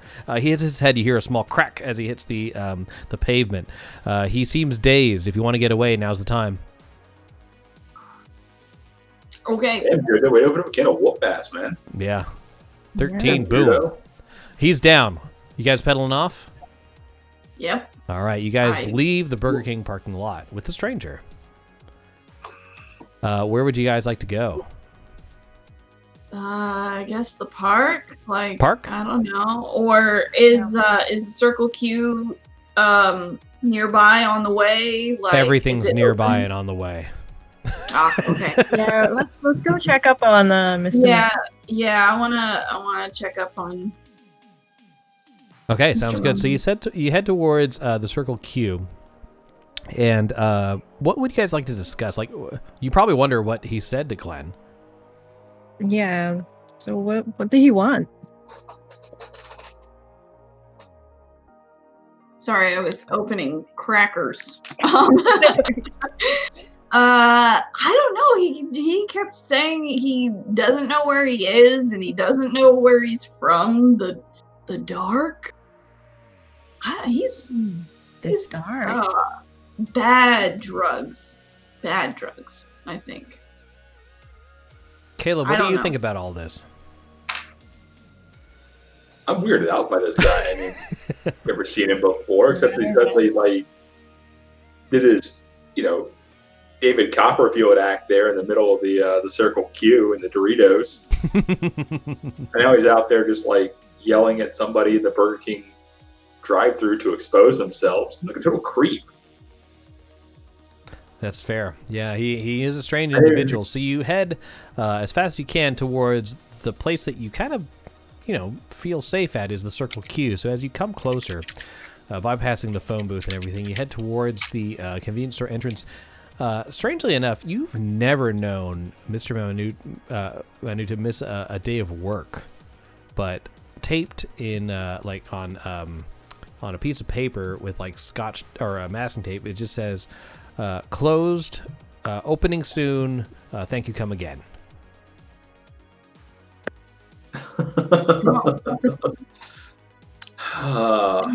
Yeah.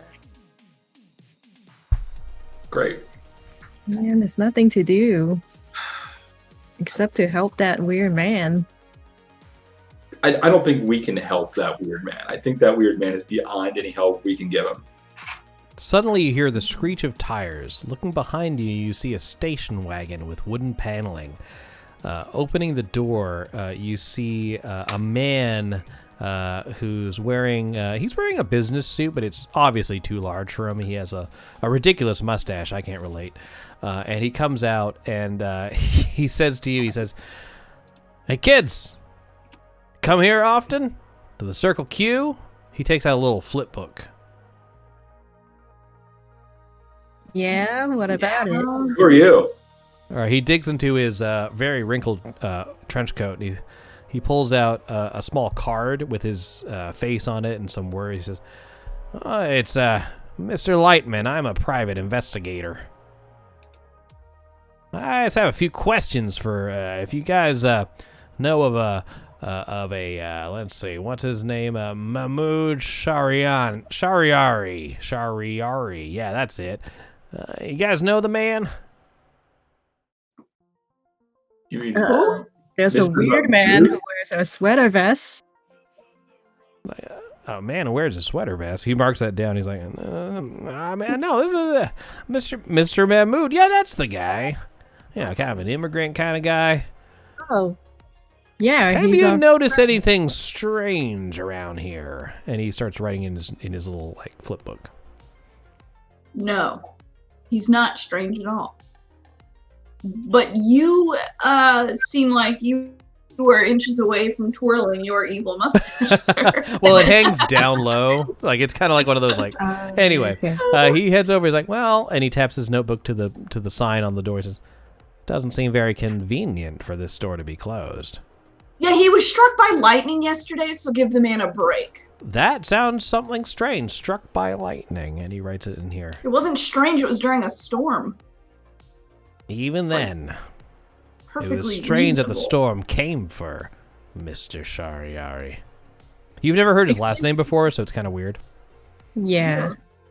Excuse me, what are you? Who are you? Why are you here asking all these questions? All right, he says, "Well, you kids seem to be in the know. I'll tell you. I was hired to investigate this Mr. Mahmoud, as you call him. I tell you, how much do you really know about the man?" More than we know about you. That's fair, but I can tell you I'm all American, whereas this Mr. Mahmoud, I'm pretty sure he's a Russian spy. Mr. Mahmoud is very much of Middle Eastern descent. Right. Yeah. Like, Did I get this wrong all this time? I was ready to lock eyes with JoJo and just beat this guy to death. And then he said Russian spy, and I'm like,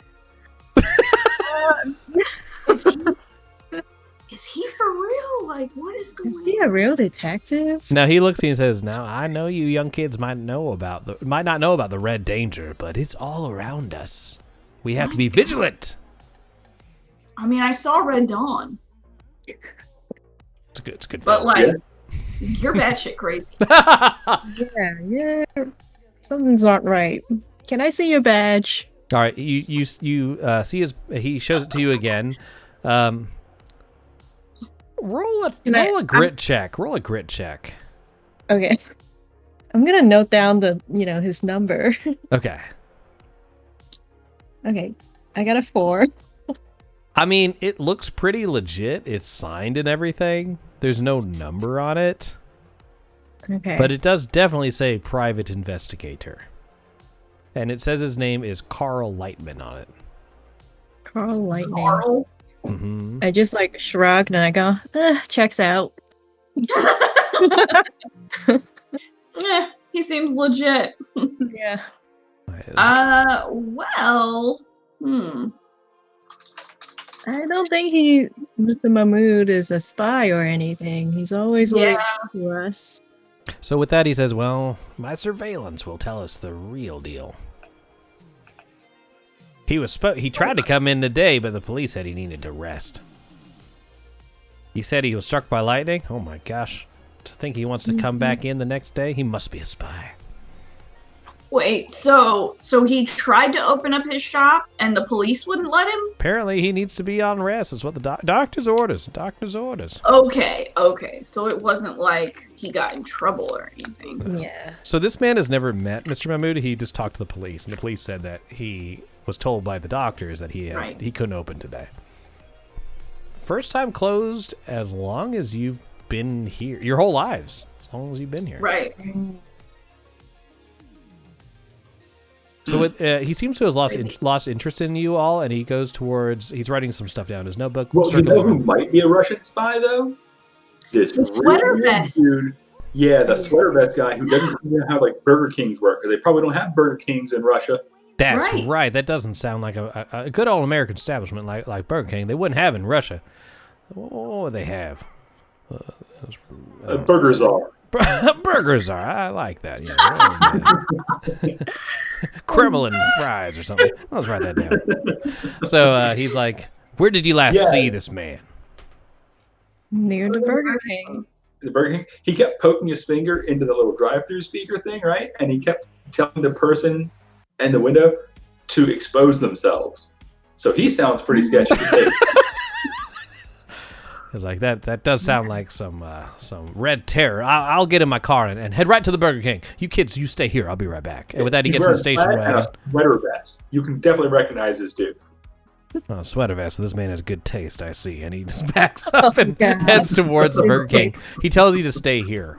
What would you actually like to do? Do we know where Mr. Mahmood lives? You don't. You figured he lived at the Circle Q. In the basement. Right. Oh, right. That's where Mr. Mahmood lives, as far as we know. Your only places of learning more about Mr. Mahmood are if you can get into the Circle Q, the police station, or the hospital, maybe? I don't see him consenting to stay at either of those two places, but I don't see how this place has a hospital. I don't think there'd be enough people to staff it. Maybe it's more of like a clinic. It's a walk-in clinic. /hospital. It's an All urgent right, care center. Mhm. Yeah, let's check out the clinic. /veterinary center. Maybe we can take Sparky there. Yeah, let's try to get Sparky. Let's check up on Sparky at least. Do you guys have a good relationship with Sparky? Have you he's kind of like the dog that is all over the town all at once somehow. He's just always there. We Yeah, he's probably there to cheer on my fights, He's like... Okay. He's the one who barks, and then you guys start fisticuffing? That's right. I think Caleb's probably giving him some pizza rolls from time to time. Okay, that works. We'll say you have some pizza rolls in your pocket of your of your Yeah. flannel shirt. Your mom has tried to kill us with bagel bites, and now we have to offload them. My baby will somewhere. never lose his virginity or his bagel bites. Caleb is probably wearing his big Jinko jeans. And, like, Yeah. legs Full of them, yeah. So you lead a little trail, very much like E.T. and the peanut butter bites or whatever. But the dog does sort of smell it and runs out to you with a bark. And comes up to you and is wagging his tail. A little white spotted Cocker Spaniel kind of deal. Oh, hey boy. Would you like ruffle his head? All right, he barks. Ruff! Very happy to see you. Cool. Seems like he's doing good. Yeah. Are you taking him with you? Yeah. Sure. Does someone have If he follows us. Does someone have a I mean, basket on their bike? I have a backpack with my nunchucks in it. You can do that. So I'm just gonna put him in there. All right, head sticking out, tongue lopping to the side, kind of slapping against the cheek every now and then as you pedal down towards the Carson Creek Emergency Clinic. I guess small town hospital. And with that, you see a woman at the register saying, "Oh, hello, children. Can I help you?" You see yeah. Rosa written on the little like placard in front of her. Was Mr. Mahmood in here yesterday? Oh, it's so Yeah. nice of you kids to be checking on Mr. Mahmood. Yes, that very nice immigrant man was sent home early this morning. Why is everybody? God damn. 1996. He has lived here my whole life. He's more of a local than I am. Good God. Anyways. So yeah, he was sent home. He was apparently discharged earlier in the morning. Oh, well, can you let us know where he lives? We want to pay him a visit. She's like, Yeah, we've got, That's very sweet of you. If you want, you can buy a card at our little gift shop here, and I'll make sure it's delivered to him. But I cannot give you his home address. Oh, come on. We're going to buy him breakfast at the Burger King because it totally has breakfast by now. And, Young lady, this is 1996. You're living in the future. Burger King does not have breakfast. I Googled it. It did? So, It did? Yes. Yeah, the croissant came out in like 1989. Holy shit. Serious? Yeah, bruh. Wow. It did. It started serving breakfast in 1979, it looks like. Okay, so. I will say that I didn't have Burger King growing up, so I do not know. So Same. yeah, there you go. So yes, I you're knew right. You were mistaken. I love Burger King breakfast. It's my favorite breakfast. I've loved it since 1979 or whenever you said. Yeah, so we definitely need to get this delicious Burger King breakfast to Mr. Mahmood. And we just need you to tell us where he lives. Glenn, Fine. charm check. God, why? This is not available to do halvesies. Where did I put my D10? Oh my god. Oh, here it is. That's a 9. All right, she says, Hey. now, young miss, I cannot give you said private information. However, if you want to bring the breakfast to me, I will be happy to give it to Mr. Mahmood. That sounds like a trick, Rosa. I will probably eat it. So- Yeah. Rosa looked like she would totally eat it, but she is Yeah. she is stone set on not giving you the private records or private home address of a patient. Can I do a perception check to see if his record is laying out on the desk and if we can cause a diversion to look at it real quick? There is a Rolodex, but she sees you eyeing it and just brings it closer to her. Fine. Okay. I'm leaving. Okay, I have follow-up questions for Miss Rosa. Mhm. Like, have you seen like a weird man passing by? Like, who's either a detective or a man wearing a sweater vest? A man Oh, wearing yeah. a sweater vest. Oh, honey, anyone who dresses that nicely, you send him my way. I just like roll my eyes. He probably does need some mental help or drug addiction therapy. So I will definitely give you his number. And I reach for the Rolodex. you ever seen it? Call the police. Kayla, what are you doing? I would like to lean across the desk and be like, Rosa, look. So, Mr. Mahmood, we were with him last night when he got hurt. So I just got some questions about like subdural hematomas, and I was hoping you could answer them because I'm pretty sure that's what Mr. Mahmood was probably admitted with. So if you can just help me out here, like just got some specifics. I'm trying to study, and you seem like the person to ask. All right. With that, Rosa says, "No, sir. I am the receptionist. I don't even like the sight of blood. I'm afraid you'd have to talk to someone with a little more experience. Might I recommend you talk to the Rosa, chief?" you're selling yourself short, hon. You're perfectly capable. Come on, you're probably the smartest person in here, and they just don't know it. Roll a charm check, and you can Okay. take half on this if you can roll, and then take half if you roll less than half. Okay. Yeah, we'll go ahead and take half, and so it's a 10. She looks down at her crossword and says, "Well, hematoma was the word that I was missing. Maybe you're right. Maybe I am selling myself short.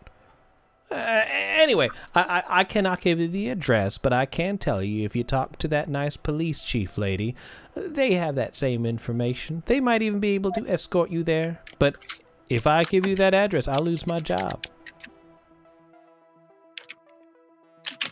That's fair. What would you guys like to do? Kill Rosa? Punch her right in the face.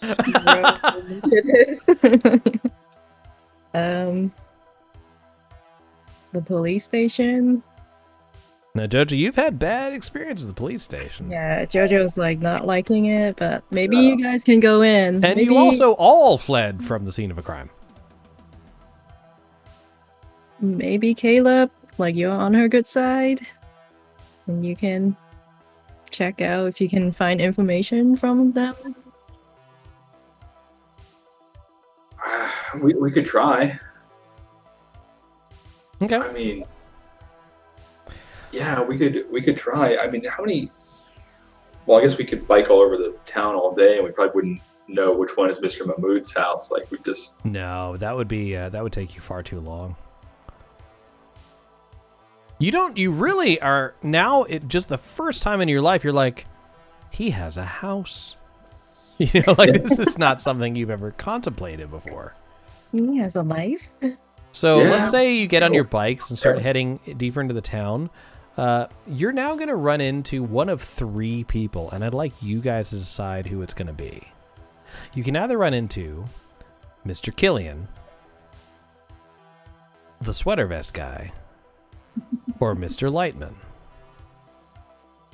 Shouldn't Mr. Killian be conducting detention right now? You don't know. You just know you had Saturday detention. If I was the only one who is supposed to be there and I wasn't, Oh yeah. Could be that. Could be that. He's out looking for you.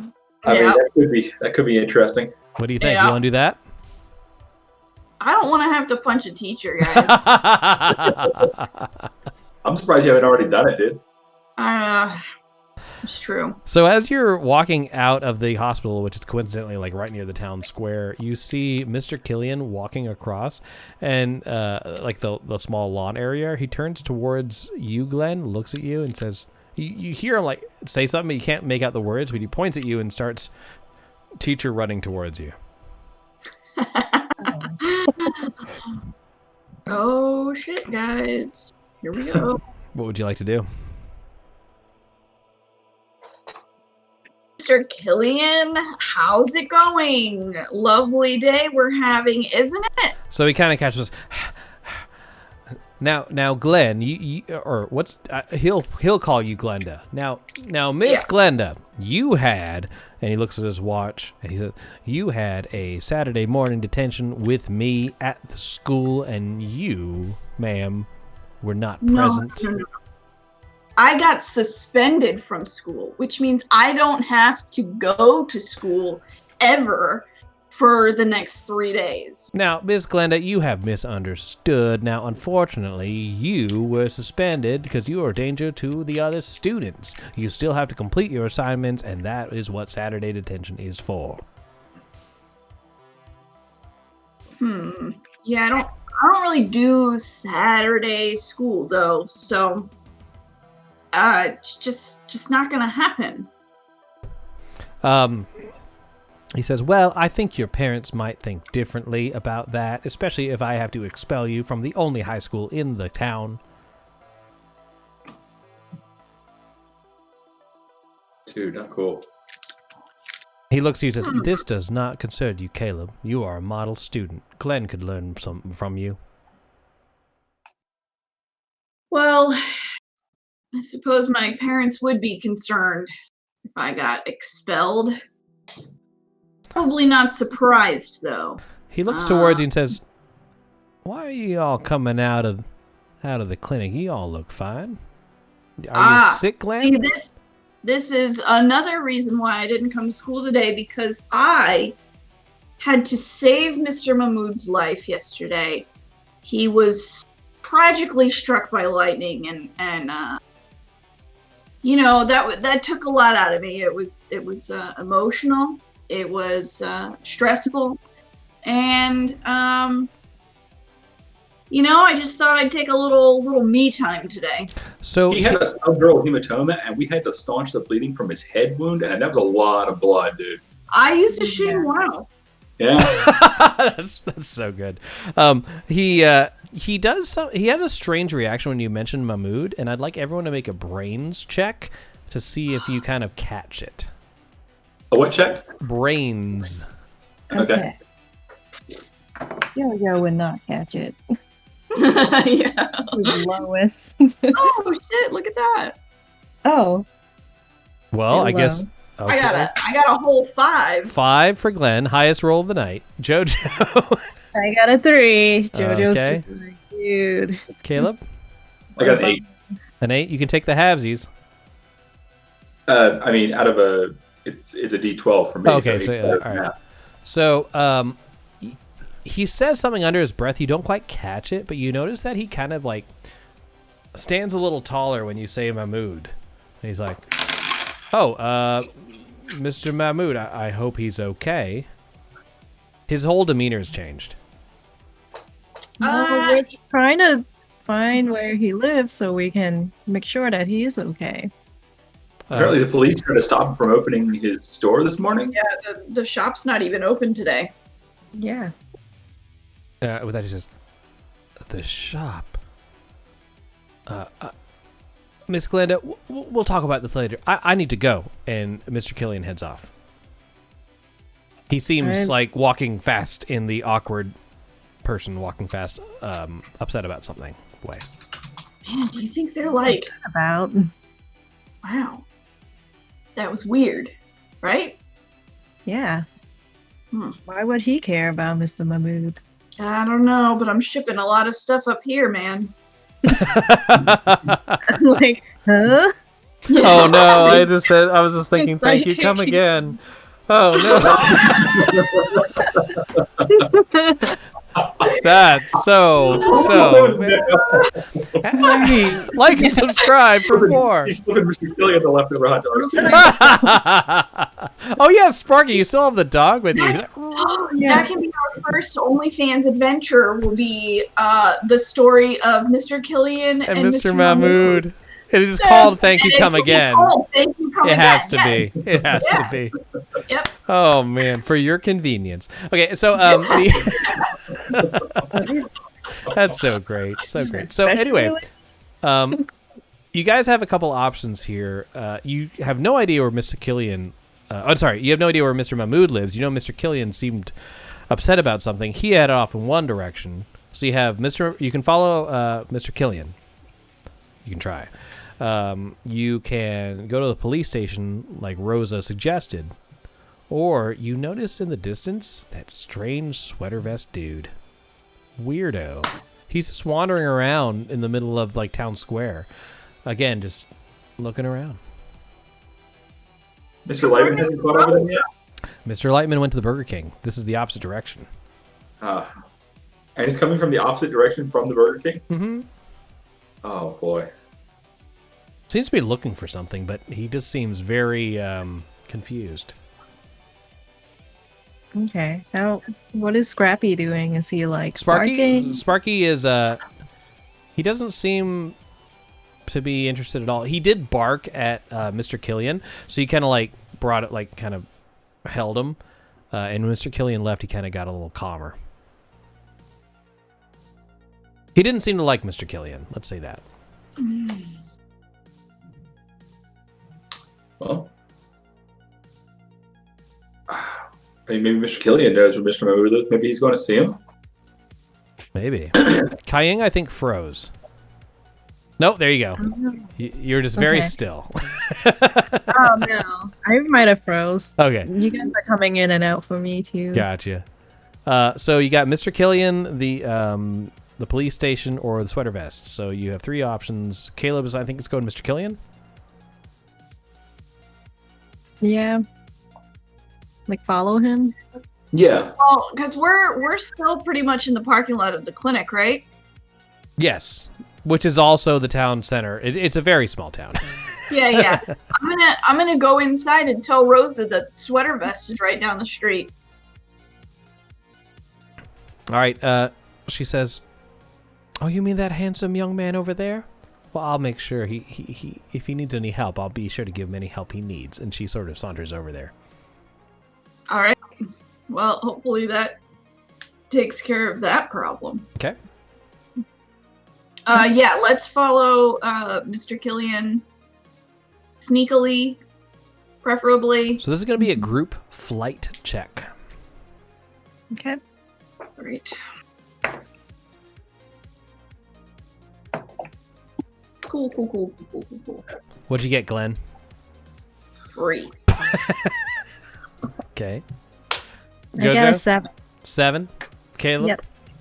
I got a 4. 4. All right. Unfortunately, as you ride your bikes, Mr. Killian gets in his car and drives away into the distance. There's no way you can catch up to him. Well, there's only one road, right? Let's. I mean, you can go where you think he's going to go. He's either going to go to the Circle Q or to the owner's house, but you don't know where that is. Mr. Mahmood's house. He seemed concerned, so he kind of like sped off. Well, I guess we can just head in that direction and see if we can catch. Well, I guess we're not going to catch up with them, right? Would Sparky be able to track him or anything? Like, if we told Sparky to go find Mr. Mahmood, would he know? Unfortunately, I mean, he has no scent on him. I mean, he's not just gonna be like. If he had like a lassie, here, smell this. Where's Mr. Mahmood? Then yeah, maybe, but he kind of looks at you like. Oh. He only knows the smell of hot dogs. Mm-hmm. Yeah, right. Anywhere you lead him, he's gonna lead you back to the Circle Q. It's what it's gonna be. Yeah. Yeah, he just takes us back to his dumpster. Mm-hmm. Cool. Is the Spider-Man coming closer? No, he seems to be doing his own thing on the other side. It seems like Rosa's heading in that direction. She hasn't quite reached him yet. It's up to you what you want to do there. Let him interact or... Okay, I'll observe. Like, I'll be like, it's not much happening. Okay. Jojo has sort of sat on a park bench looking towards Rosa and Sweater Vest. Caleb and Glenn, what are you doing? I mean, just watch the romance unfold. Nothing else to do. Mm-hmm. Yeah. Well, our one possibly romantic venture has sped away. So maybe we can watch this Unfold? All right. Sure. Sounds good. So you kind of just like spy on the Sweater Vest man. He seems to be looking into various store like fronts at the displays there. You notice that there is like a Radio Shack that he passes by, and there is high definition televisions. They're the old ones where it has a flat front but a really deep bass. And he's kind of like BRT TVs. yeah, Nice. and he's looking at him and he's like touching the glass, like what? Like he doesn't seem to has ever seen a TV before, right? And Rosa comes up to him and she starts her pleasantries. You can just get it from her body language. You can't hear what they're saying. Eventually, she kind of slumps and then she sort of pats him on the shoulder and comes back towards the hospital. She passes by you kids on the bench and says, "Now that is a very, very handsome young man, I might say, but he is what we call not quite right in the head. I think he's a little confused. He doesn't seem to know where or when he is. I'm going to have to get a couple of orderlies to commit him." And with that, she heads towards the hospital. Yeah, I was thinking it was bad drugs, man. Yeah. After a few minutes, you see Miss Rosa point out of the clinic, and there's a couple of men in sort of white orderly gowns or clothing, and they start heading towards the stranger who seems unaware of their approach. What would you guys like to do? You cut out really bad for me on that last sentence. Sorry. Yeah. So the orderlies are heading towards the man. He doesn't see them approaching. What would you guys like to do? Oh. Why am I starting to feel bad all of a sudden? No. No, it'll be good. I'm just gonna watch. I mean, it's gonna be fun. Caleb's just gonna watch. If he goes to the scene. What if he's really a wizard? Yeah, I don't know. My protective instincts are kicking in. Jojo, would you like to do something? Yeah, maybe I'll just like warn him, psst, hey. He's kind of off in the distance. You'd have Hey, to sweater yell. guy! Yeah. I haven't seen him cast Fireball I'll yet. just yell out. Cast fireball. All right, you yell out. Jojo yells out in warning. Glenn, are you gonna do anything?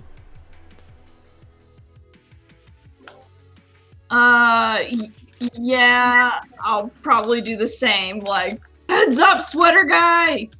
Okay. Yeah. So, as you yell out, the man turns towards you in alarm, taken away from his Radio Shack enchantment, and he sees you, and he has that moment of recognition, like, it's you guys again. But then he sees the orderly sort of like jogging up to him, and he runs off into the distance. They begin to chase him as well, but they're running off and out of sight. What would you guys like to do? Okay. So right now, it looks like you have three options. Circle Q, police station, follow the sweater vest and the orderlies. But they have a good head start. You're on bikes, though. Do you think the sweater vest guy came from the basement of the Circle Q? How did he get by us, though? How else right did there. he get in there? Yeah.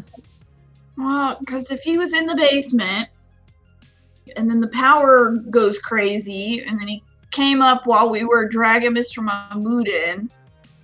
But I was standing by the register at the counter. Well, but then we had you come up out to the back to hold the door open for us while we were getting him in. I'm also going to mention that thought you at have been least, you but- were at the Circle Q for hours before the storm even happened, and no other guests or customers came in.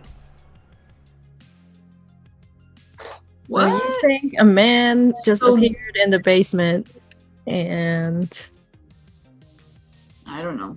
now he's lost. Hmm. You mean, do he does remember, sound kind of you do remember, those of you who talked to the police chief, that he was looking at her very specifically in weird recognition before he ran off into the night. Should we tell Rosa That's that the right. orderlies are now chasing her boyfriend? I think she's the one who sent them. Uh, The one- yeah. She sent Maybe she them. needs to get the police and help because he's running off now. That's a possibility. Yeah.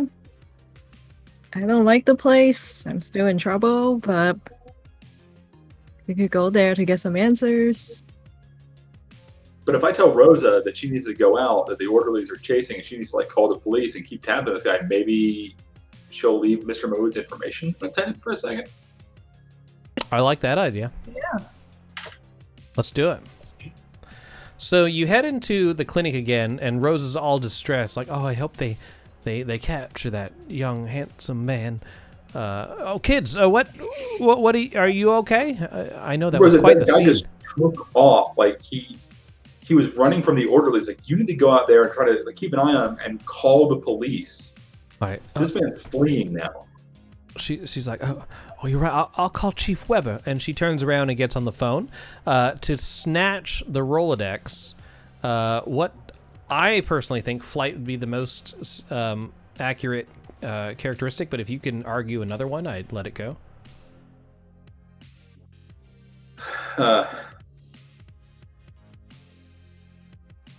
No, I mean that probably is the most. I mean, Okay, logical. now I will also tell you this. I Yeah. have been very forgetful on awarding you adversity points on failed rolls, so everyone take 2.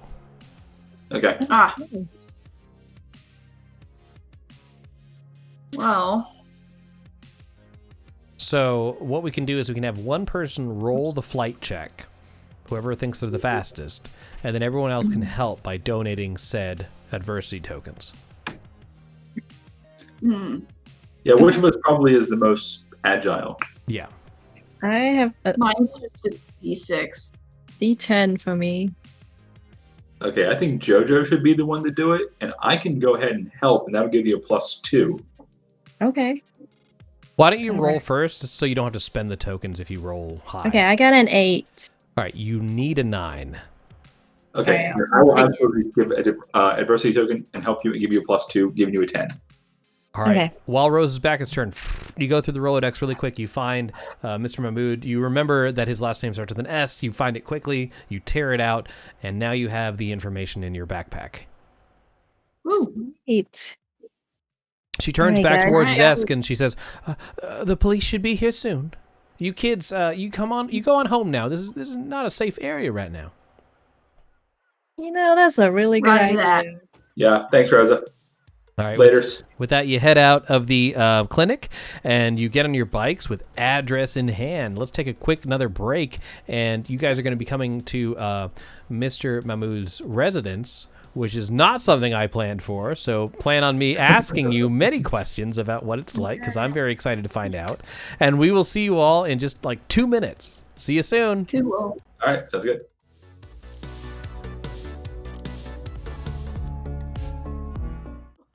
Penetration. And we're back, everybody, with some more DP Double Paladins.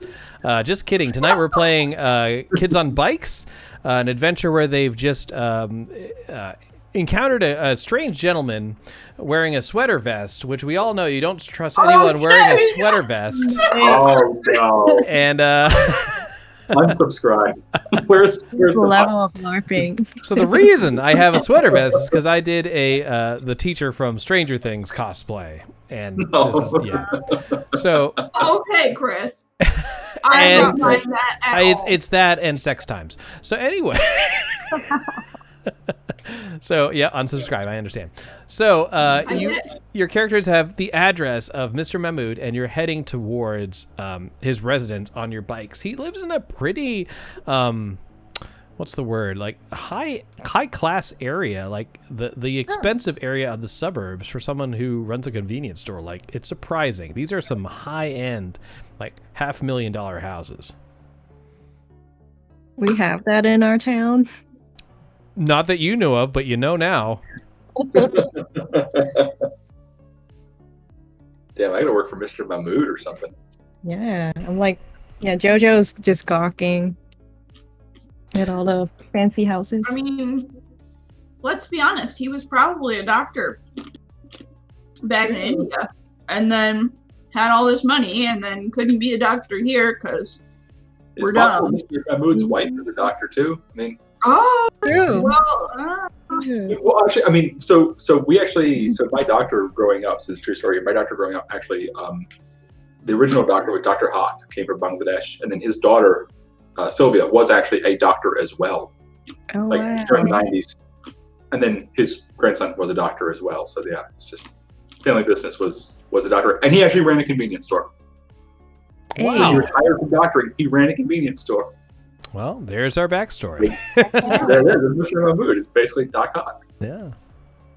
So you follow the address, and it leads to a large. To you, it's a mansion, and it has like a driveway that kind of circles around. And you bring your bikes in there, and there's a large door with some white pillars in front of it. What would you like to do? I'm knocking. Yeah, let's go up and ring the doorbell. Okay. So And peek in the windows. you knock on the doorbell, you peek through the windows. You knock on the door, you hit the doorbell, you look through the windows. After a moment, the door is open, and there is a gentleman there dressed in a very fine tailored suit, and he says, yes, what can I do for you? If you're selling something, we are not interested. Is Mr. Mahmood here?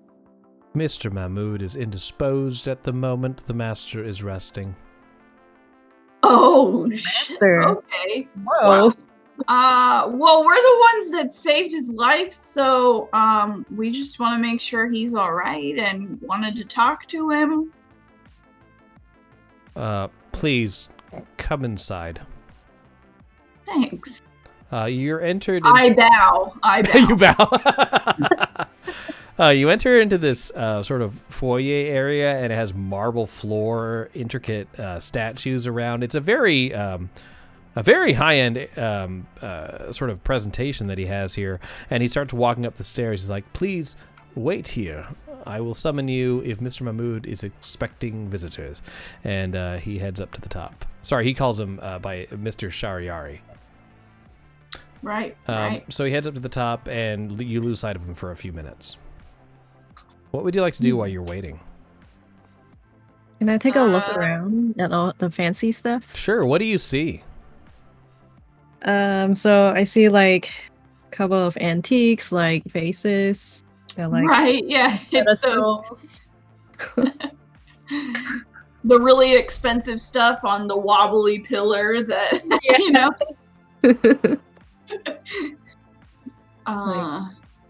The floor is probably marble tiled with like, really ornate like designs. Okay. There's probably a self-portrait of him that's like 8 feet tall or something. Yeah. And it's just his head. It's the Velvet door to the next room. Is his mouth? Right. Yeah. Caleb, do you notice anything strange or intimidating or exciting in this area? Imagining at this point, Caleb's just like staring around at the decor and just wondering like what he has to do, like what kind of good school does he have to go to be able to afford a place like this. Okay. Imagine there's probably some sort of really ornate water feature like in one corner that Caleb has just never seen any house that has like its own little waterfall before, like on a whole wall. I like that. Let's also there's say definitely a waterfall. you hear a whistle, and looking up at the ceiling, you see a model train that kind of goes through the different rooms of the house. So as you're sort of waiting here, the you assume it's his butler comes to the door, comes to the top of the stairs and says, "The master will see you now." But as he's saying that, the front door knocks. The front door, what? Knocks. Someone's knocking at the front door. Oh. Feverishly, like unrelentingly. I'm going upstairs. Yeah, we'll go upstairs. Okay, yeah, I'm hiding as well. All right. It's not my place to answer this dude's door. No, yeah. I'm not a butler. He has a butler, so. All right. So the butler says, "Children, you go upstairs, and he's expecting you. I'll see who this is." So he goes towards the door. You head up towards the back. You see Mr. Mahmood. He is we're in a hospital bed that's in his very large chamber. It's like one of those ones that is adjustable. He doesn't look like he's in any actual danger. He's just resting.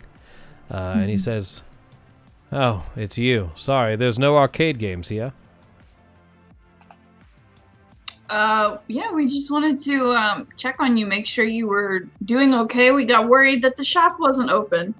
He says, "Oh, it's the first time I haven't opened the shop in all the years I've worked there, and now, What dishonor to not open, not work, and I'm fit to do so, but the doctors say I must wait here.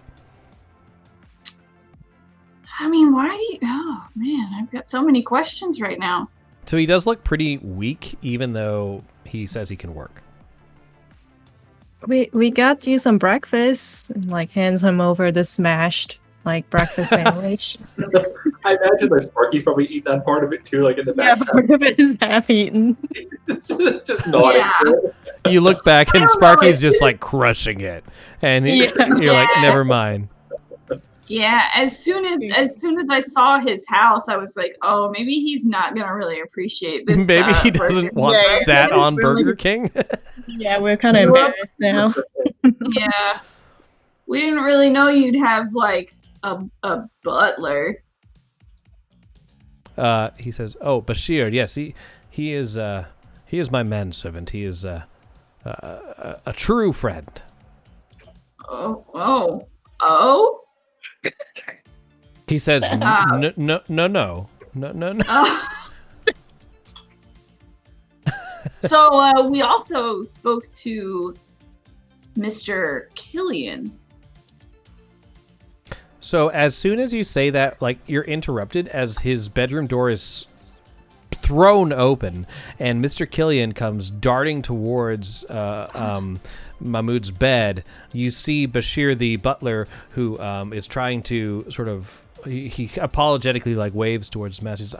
He wouldn't listen, and Mr. Killian moves up to Mahmoud's bed and he says, Colonel, is the asset safe? He doesn't even seem to register that you're here. Well, Colonel, is the acid safe? Asset, not acid. Oh, that's what I heard. Sorry. No, that's what he meant, though. It could be. Like, what kind of So that's how you made your money.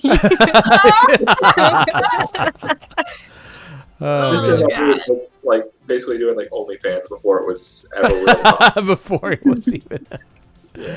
All right. Yeah, this is what happens. Are you you said you're asking the same question, or what are you? I'm waiting to hear the answer. Mm-hmm. He says, "Stand down, Lieutenant." And with that, Mr. Killian like steps back. He's like, "I'm sorry. We have a mission, and if you're not well enough to pull out the mission, I need to take charge." With that, Mr. Mahmoud begins to like try and sit up in his bed. Mr. Mahmoud, like, what happened to your accent? I'm ethnically confused. No, that was Killian that was talking just a minute ago.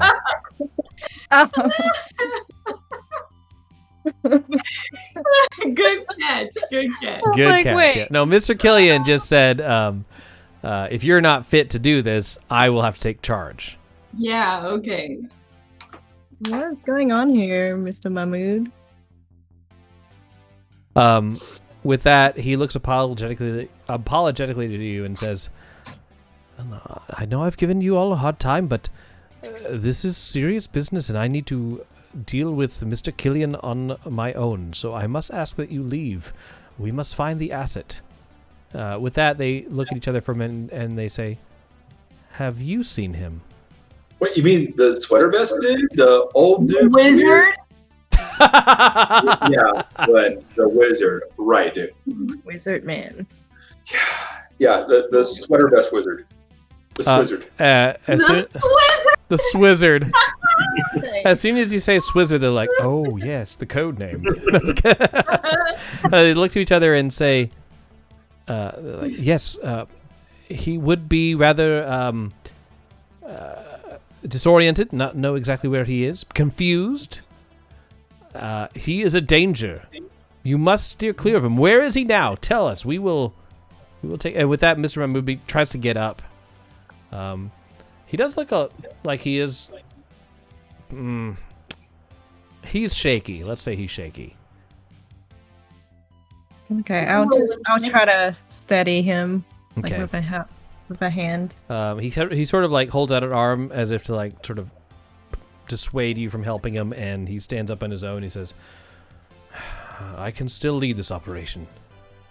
And then he says to Killian, he's like, "When's the last time you saw the asset?" And Killian says, "Well, these kids say they saw him near the Burger King, apparently poking at the speaker. I didn't see him over there." Yeah, he's getting run down by some orderlies near the clinic.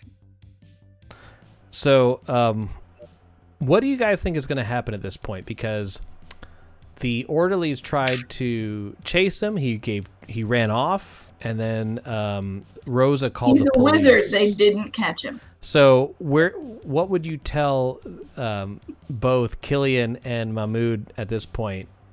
Should they go to the clinic or should they go to the police? What are you feeling? Or you can split up. You guys can go one way and they can go the other way. Well, probably the police. We told Rosa to call the police because the orderlies were chasing him, so the police will probably catch him. Okay. And they'll probably hold him there. So I don't know. So I think he ends up showing up wherever we go. So Glenn, I will say this: like up. you kind of like Mr. Mahmoud, but you don't like Mr. Killian, and you don't know what kind of business they're going on here. You guys may think he's going one place and they're going another place. Basically, you can decide right now: did you want Mr. Killian and Mr. Mahmoud to find this man, or did you want to find him first? I would want to find him first. Yeah, I think we definitely want to find him first now. 'Cause I don't trust Mr. Killian. Right. Okay, so would you like to... You're saying he probably would have been picked up by the police. You're thinking he probably was. If Rosa called the police and the orderlies gave... he had a head start and ran off. Because you warned him, you said. So I'm going to say he's more than likely picked up by the police if either of the two. So you could tell Mahmoud and Killian he's back at the clinic because the orderlies got him while you investigate the police station. Right. Yeah. Caleb, what do you think? I mean, I'd be more inclined to trust Mahmoud and Killian. They seem to have some sort of military organization here. They're seeking this guy who maybe escaped from wherever he was being held, like in the basement of the Circle Q. I don't know that my friends would necessarily want to deal with the police again right now, but I think personally that the guy is weird and he's dangerous, and I trust Mahmoud and Killian more than I trust, this guy. That's fair too. What do you guys think? Well, the nice thing is there's three of you. Well, yeah. So under a majority vote? So the one thing about all of this is that I don't think Glenda or JoJo would be going to the police. Yeah. At any point. Would be very reluctant. So. Oh, also remember that Sparky does not like Killian. Yeah, Sparky hates Killian, and I like Sparky. So if Caleb wanted to check out the police station, I don't think Caleb. I think Caleb wants to check out. I don't know what Caleb wants to do. We would stay back at least. Yeah. I feel bad for the sweater vest guy now. Like, I would be more inclined to tell Killian and Mr. Mahmoud the truth about where we saw this guy, so that they can get him, because it seems like, they probably have some sort of legitimate. Yeah, I don't see if they are at the police station. I don't see how we, as a group of kids, is gonna be able to get to him out of police custody. That seems like a bit of a stretch, even for a fantasy role-playing game. Yeah. So yeah, if we really do think they're at the police station, then I think the best course of action is probably to tell them that that's where he's at. If we want Sweater Vest Guy to be free, or stay safe. They called him an asset, which means he's important in some sort of way, right? Yeah. Okay. I don't know. So we're going to say the truth is this man is at the police station. Yeah. You have a red herring you can throw at anyone, being like he might be at the clinic. So all y'all, including Mahmood and Killian, can go to the police station, or you can lead them astray. Or they can go there and you can go to the clinic, but that seems counterproductive. Can I ask them more questions about the dude? Like, he seemed real weird. Like, they literally wanted to commit him to a psychiatric facility. Roll a brains or grit, your choice. Brains or grit. Well, those are my two. Or charm. lowest Or stats. charm. Charm would work too. All right.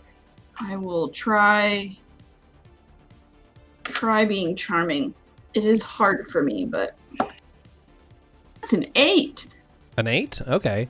Well, I Yeah. can go university chosen for a 10 if you want. Yeah, I have +2 if you want it. The higher the number, the I'm- more information I'll give you. All right, Sure. I'm adding my +2. All right. Total number, everybody? 10? 12. Ooh, 12. Ooh. All right. So Spicy. as you ask about, what's your question exactly, or what are you saying to him? Like, what do you want to know? That he's, like, confused? Yeah, why is they think he's crazy? Why is he acting crazy? So as you mention this, Mahmood, as he's getting on clothes to actually go outside in, like he's just like putting on an overcoat, he says, well, of course he'd be... Sorry, this is Mahmood. Of course he'd be confused. It's been 30 years since he's seen... And then with that, Killian cuts him off and says, sir, we can't tell them any more information about the asset. This is classified information, and these are minors.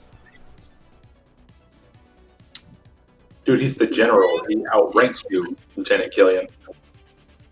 Oh shit. He looks to you and says, he's a colonel, and that does not matter. You're a child. Be quiet. Yeah, I always knew I didn't like you. Yeah, at that point, Sparky's like, "Arr." Yeah. So the asset's been hidden for 30-some years, they said? Yeah, he said something about, like, it's been 30 years since, and then he was cut. Or interrupted, I should say. Captain America. Hmm. Oh, okay. With that, the Killian says, Colonel, get in my car. I'll take you to the police station. We can clear things up there and maybe clean up this mess. He says, sort of looking to you all accusingly, even though he has no reason to do so. I mean, we All right. didn't put him there. We're just like, want to keep us safe. So Yeah. we call the police. I would like to let them go, and I want to go investigate the basement down at the Circle Q, and I want to covertly convey that to my friends here Okay. in some sort of way. That works to me. So Glenn adults wants to are go to armed. the Circle Q, possibly break in some way and investigate the basement. Jojo and Well, Caleb. and I don't know if we're gonna have to break in because there's a back door that we may or may not have actually secured once things went down yesterday, right? That's true. Police Yeah. were there.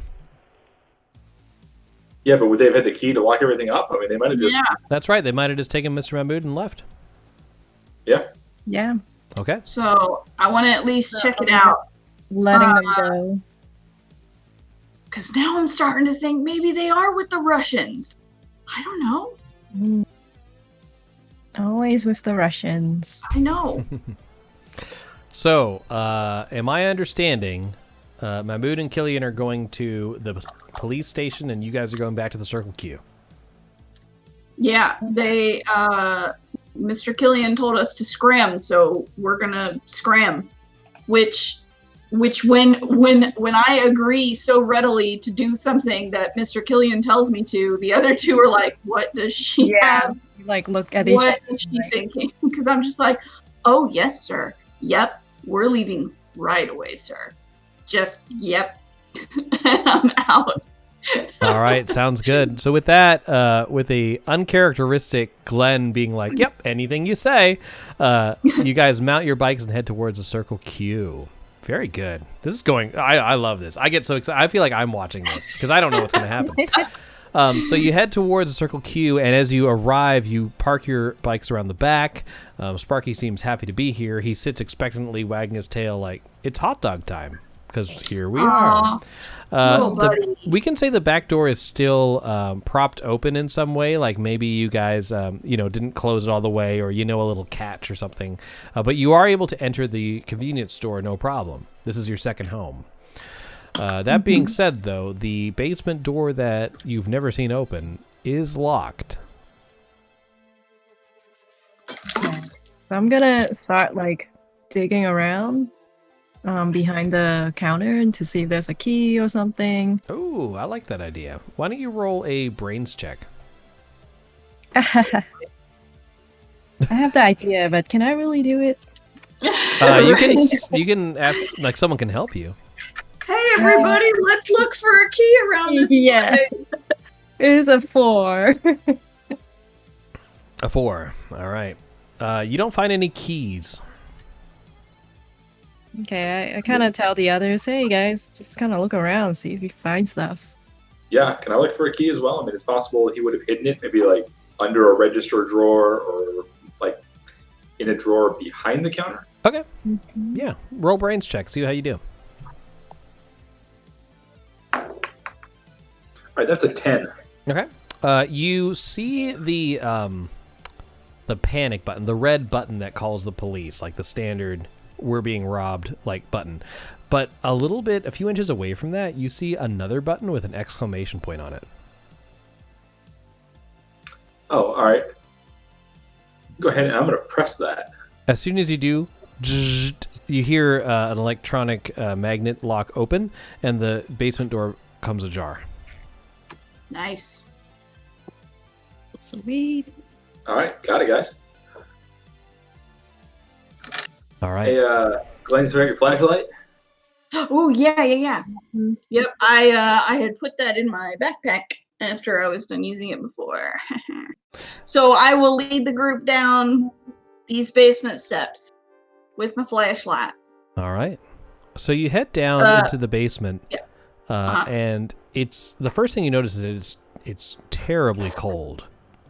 It is October, yes, so there is a brisk, sort of chill to the air, but this seems almost frigid, like a meat locker. And as you descend the stairs, you see large tubes of cables that are leading from the surface down to this underground basement area. And at the base of the stairs, as you round the corner, you see what appears to be, it almost looks like a mechanical sarcophagus. And it's open. Oh. It's a cryo chamber, but I don't know that. There is a computer connected to a bitmatrix printer attached to this device. All right, I'd like to go over to the computer and check it out, see if I can pull up any directories or files or anything on it. All right, that sounds good. I'm going to say this is probably going to be brains, but with your background in video games, I'm going to have the DC lowered. So let's see if you roll brains how you do. Unless you can argue another one, but... No, I mean, brains is probably the most logical for that, I think. La Prima Nerda, good to see you. Yes, this adventure has gone wayward, but I'm enjoying it very much. Hope you are too. All right, so let me see here. Rolling brains. And what did you say? You said something about difficulty, but I lowered it, so I just need to know your total. I'll tell you whether it's succeeded. Oh, gotcha. Okay. All right, that is a 5. Okay. No, 6. Right, that's 6. 6? Half. Oh, yeah. Does anyone have any adversity tokens left? I used it up. Yeah. So if I give you 2 adversity tokens, what does that get? Oh wait. It gets you good stuff. You should do it. Okay. All right. Then Okay, I'm gonna add in my 2. I just failed my. Well, okay, last so one. the DC was a 7. So if you each Oh, do okay. 1, that'll work. All right. okay. All right. So you managed to open up the printer, the database inside the computer that will distribute to the printer. So it says like current asset.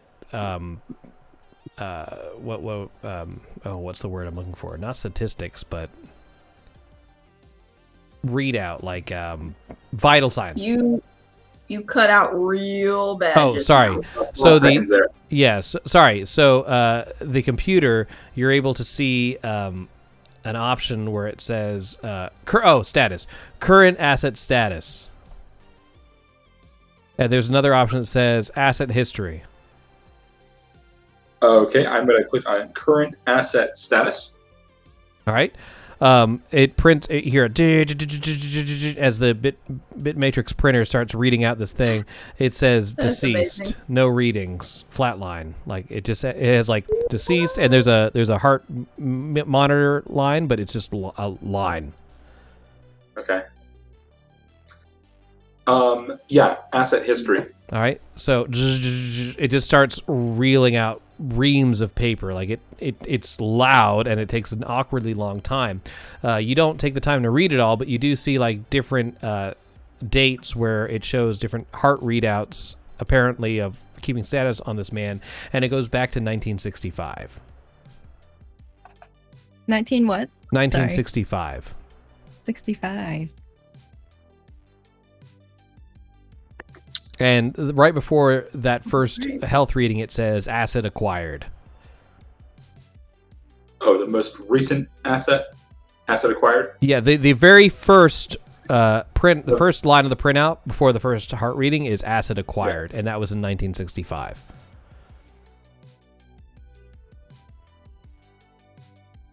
Okay, yeah, I think this is probably our guy. What's it say about the asset itself? Does it give anything else, like a name? It does not Number. give a name.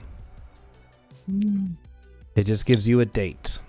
But 65 would be right, because they said it was something about 30 years. And Jojo, you see a silhouette at the top of the staircase. Oh my god. Okay.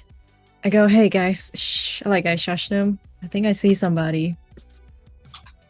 As you look up, you see the man in the sweater vest. Oh.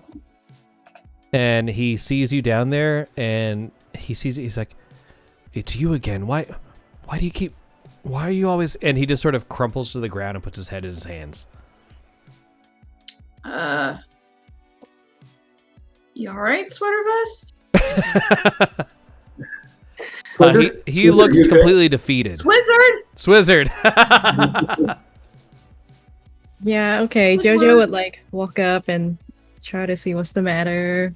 Like, is he awake at this point? Is he just like completely... Yeah, he just seems like he's just given up on. He's just like his head's in his hands. He seems completely given up on what's going on. He's like, Yes. hey dude, you know, you're a little weird, but things are gonna get better. Have they been keeping you here since 1965? He looks to you and says, "Why? What year is it to you?" Oh boy. 1996, man. He looks around and he's like, "So it wasn't her. What have they been doing to me?" And he just looks, he's like, "I was looking for answers, but everything's so strange." Well, it looks like they kept you here for over 30 years.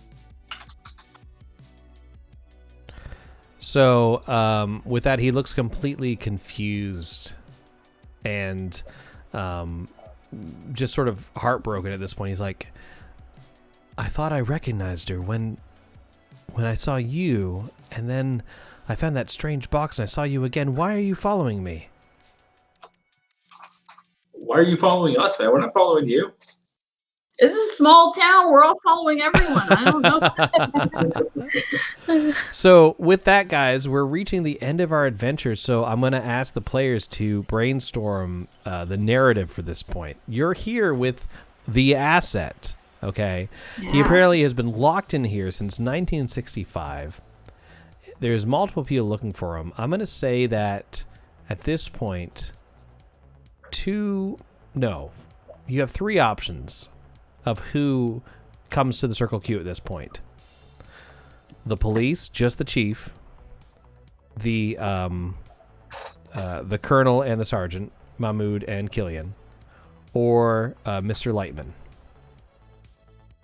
So was anything down in this basement in Russian? No. Yeah, he's full of shit. Okay. Then I'm going to be more sympathetic towards Sweater Vest at this point, and I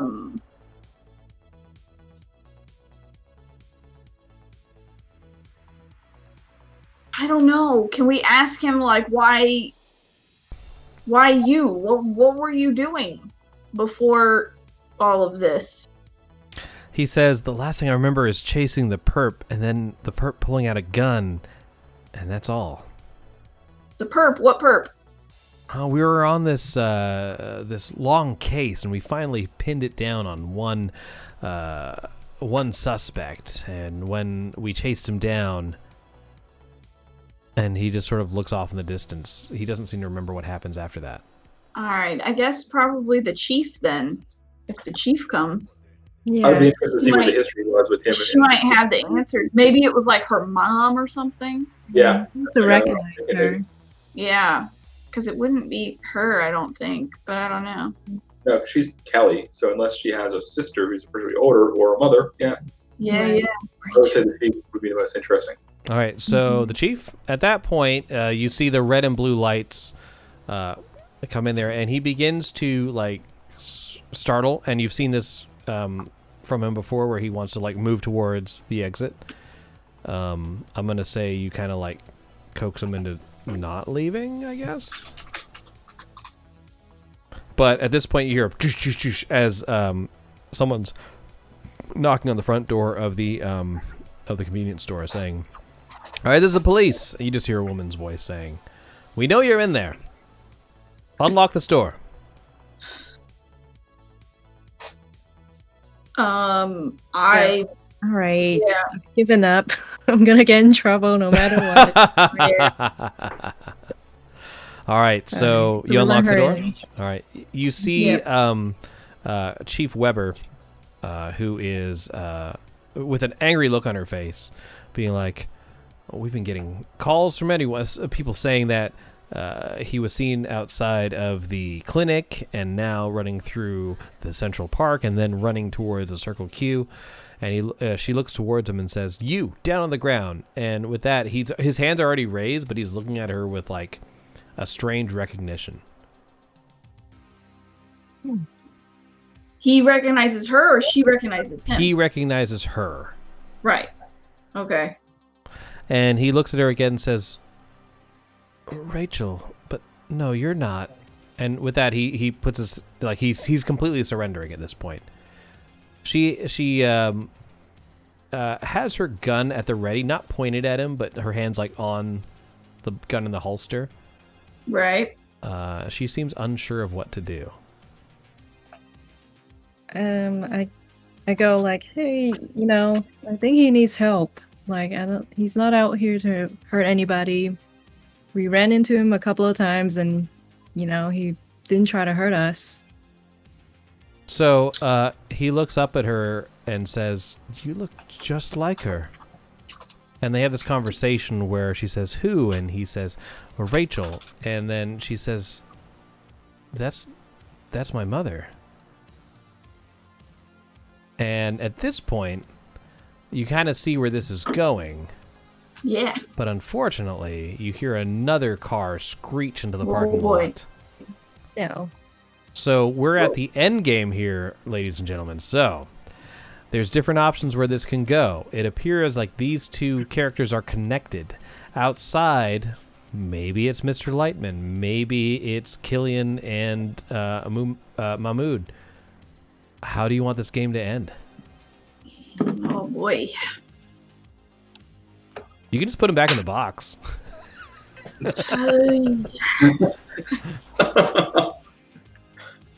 I want to know why. Is he bionic? What is going on? Does he I have would the want super Mr. Mamu because he seems like he's running the joint and he's nice, and it seems like he wants to protect him. Yeah, I'm eager to see what's going on here with this guy. Yeah. All right, you hear keys starting to pull into the lock. We'll say that you lock the door behind you when you let the police chief in. Oh yeah, we did. Even though maybe it's unlocked, but they're just fumbling. You hear people coming into the door. If you're not going to tell me what you think, I'm going to go ahead and grab it. You see... go ahead. It's definitely Mr. Mahmood, right? I mean, he's the one that's got the keys. Yeah, he's probably a little weak right now and a little shaky. Right. Because probably having a little trouble unlocking the door. Well, and also maybe we didn't lock it, and so now he's locked it, and then now is unlocking it again. Yeah. Yeah. All right, so at that moment, you see Kelly Weber, the chief, relax her hand, and she looks at the man in the sweater vest and says, "You have amazing style." No, it doesn't say that. Looks towards the man and says, "I don't know why I'm saying this, but go, get out of here." And with that, he's like, "I'll find you," and he runs off through the door out the back. And at the same moment that Killian has apparently lost patience and has kicked the door open with Mahmood with his key still in hand. As you walk in, she turns, draws her weapon, pulls it towards the door. Seeing the two men, instantly recoils it and says, "There's no one here. Wow. I just found these kids messing around." The meddling two, kid. Killian and Mahmood said, "We went to the police station. They said you came out here." With that, she says, "Well, it's a false alarm. We don't know where he is." And with that, she looks to you and says, "Right?" Yeah, I haven't seen the creep. All right. With that, guys, what I'd like, if you need a couple minutes, I can give it to you, but a little epilogue for your characters. I know this wasn't a complete, satisfactory ending. Perhaps maybe we'll take this up another time. But, yeah, this went very differently than I thought. I thought it was very interesting. I really liked the different, it was kind of cool to see you guys move in one direction towards one character and then back towards another one. What did Glenn take out of this, do you think? So, I mean, I think that if anything, this has taught her that Mr. Killian really is an asshole, and that she did the right thing by standing up to him, and she has no regrets. She's also hoping that Mr. Mahmood's involvement in this is more innocent than she's imagining it is. That maybe somehow he... I don't know. Well, we'll say that Mr. Killian looks at you and says, "You should be in attention, young lady." And Mahmood says, "Don't be an asshole." You know, she spends plenty of money here at the Circle Q. You can just let her be. Nice. Jojo, what do you think about all this? You know, Jojo's like, Mom was wrong all this time. I shouldn't become a doctor. I should become a convenience store owner. That's where the money is. That's where the money is. I will say that... sorry, go ahead. I think Jojo has learned to not judge a book by its cover. Yeah. Like, the weird man might be weird, but he actually really needed help. So he's glad that he lent a helping hand to someone who's, in trouble. So I'm going to retcon something, if you don't mind. Okay. At one point, Jojo does have to go into the police station to answer some questions with Tiger Mom. And as you're looking around, you do notice a plaque on the wall that says, "In honor of Adam Weber, killed in the line of duty." And you notice that on the asset printout, it did say the name of the asset was Adam. Oh. And then Caleb.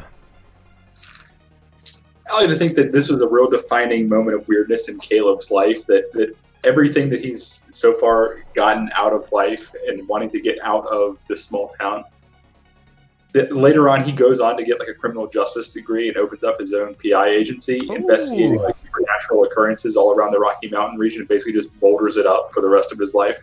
That's so cool. That is so cool.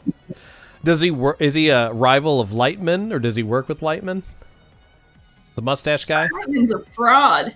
He is kind of a hack. I think Lightman is just weird. I think Caleb tries to steer clear of him as much as possible because there's just something there that is not quite sitting right. But I think this whole episode was a real defining episode in his life. All right, very cool. I like it. Well, guys, I hope you enjoyed our one-shot of Kids on Bikes. It went much differently than I thought, as they always do, but that's why I like hanging out with creative people like all y'all. I hope you had a good time.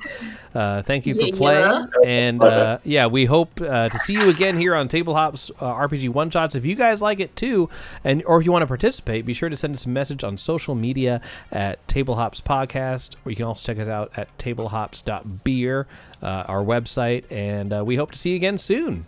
All right. Goodbye, everybody. Bye-bye. Goodbye.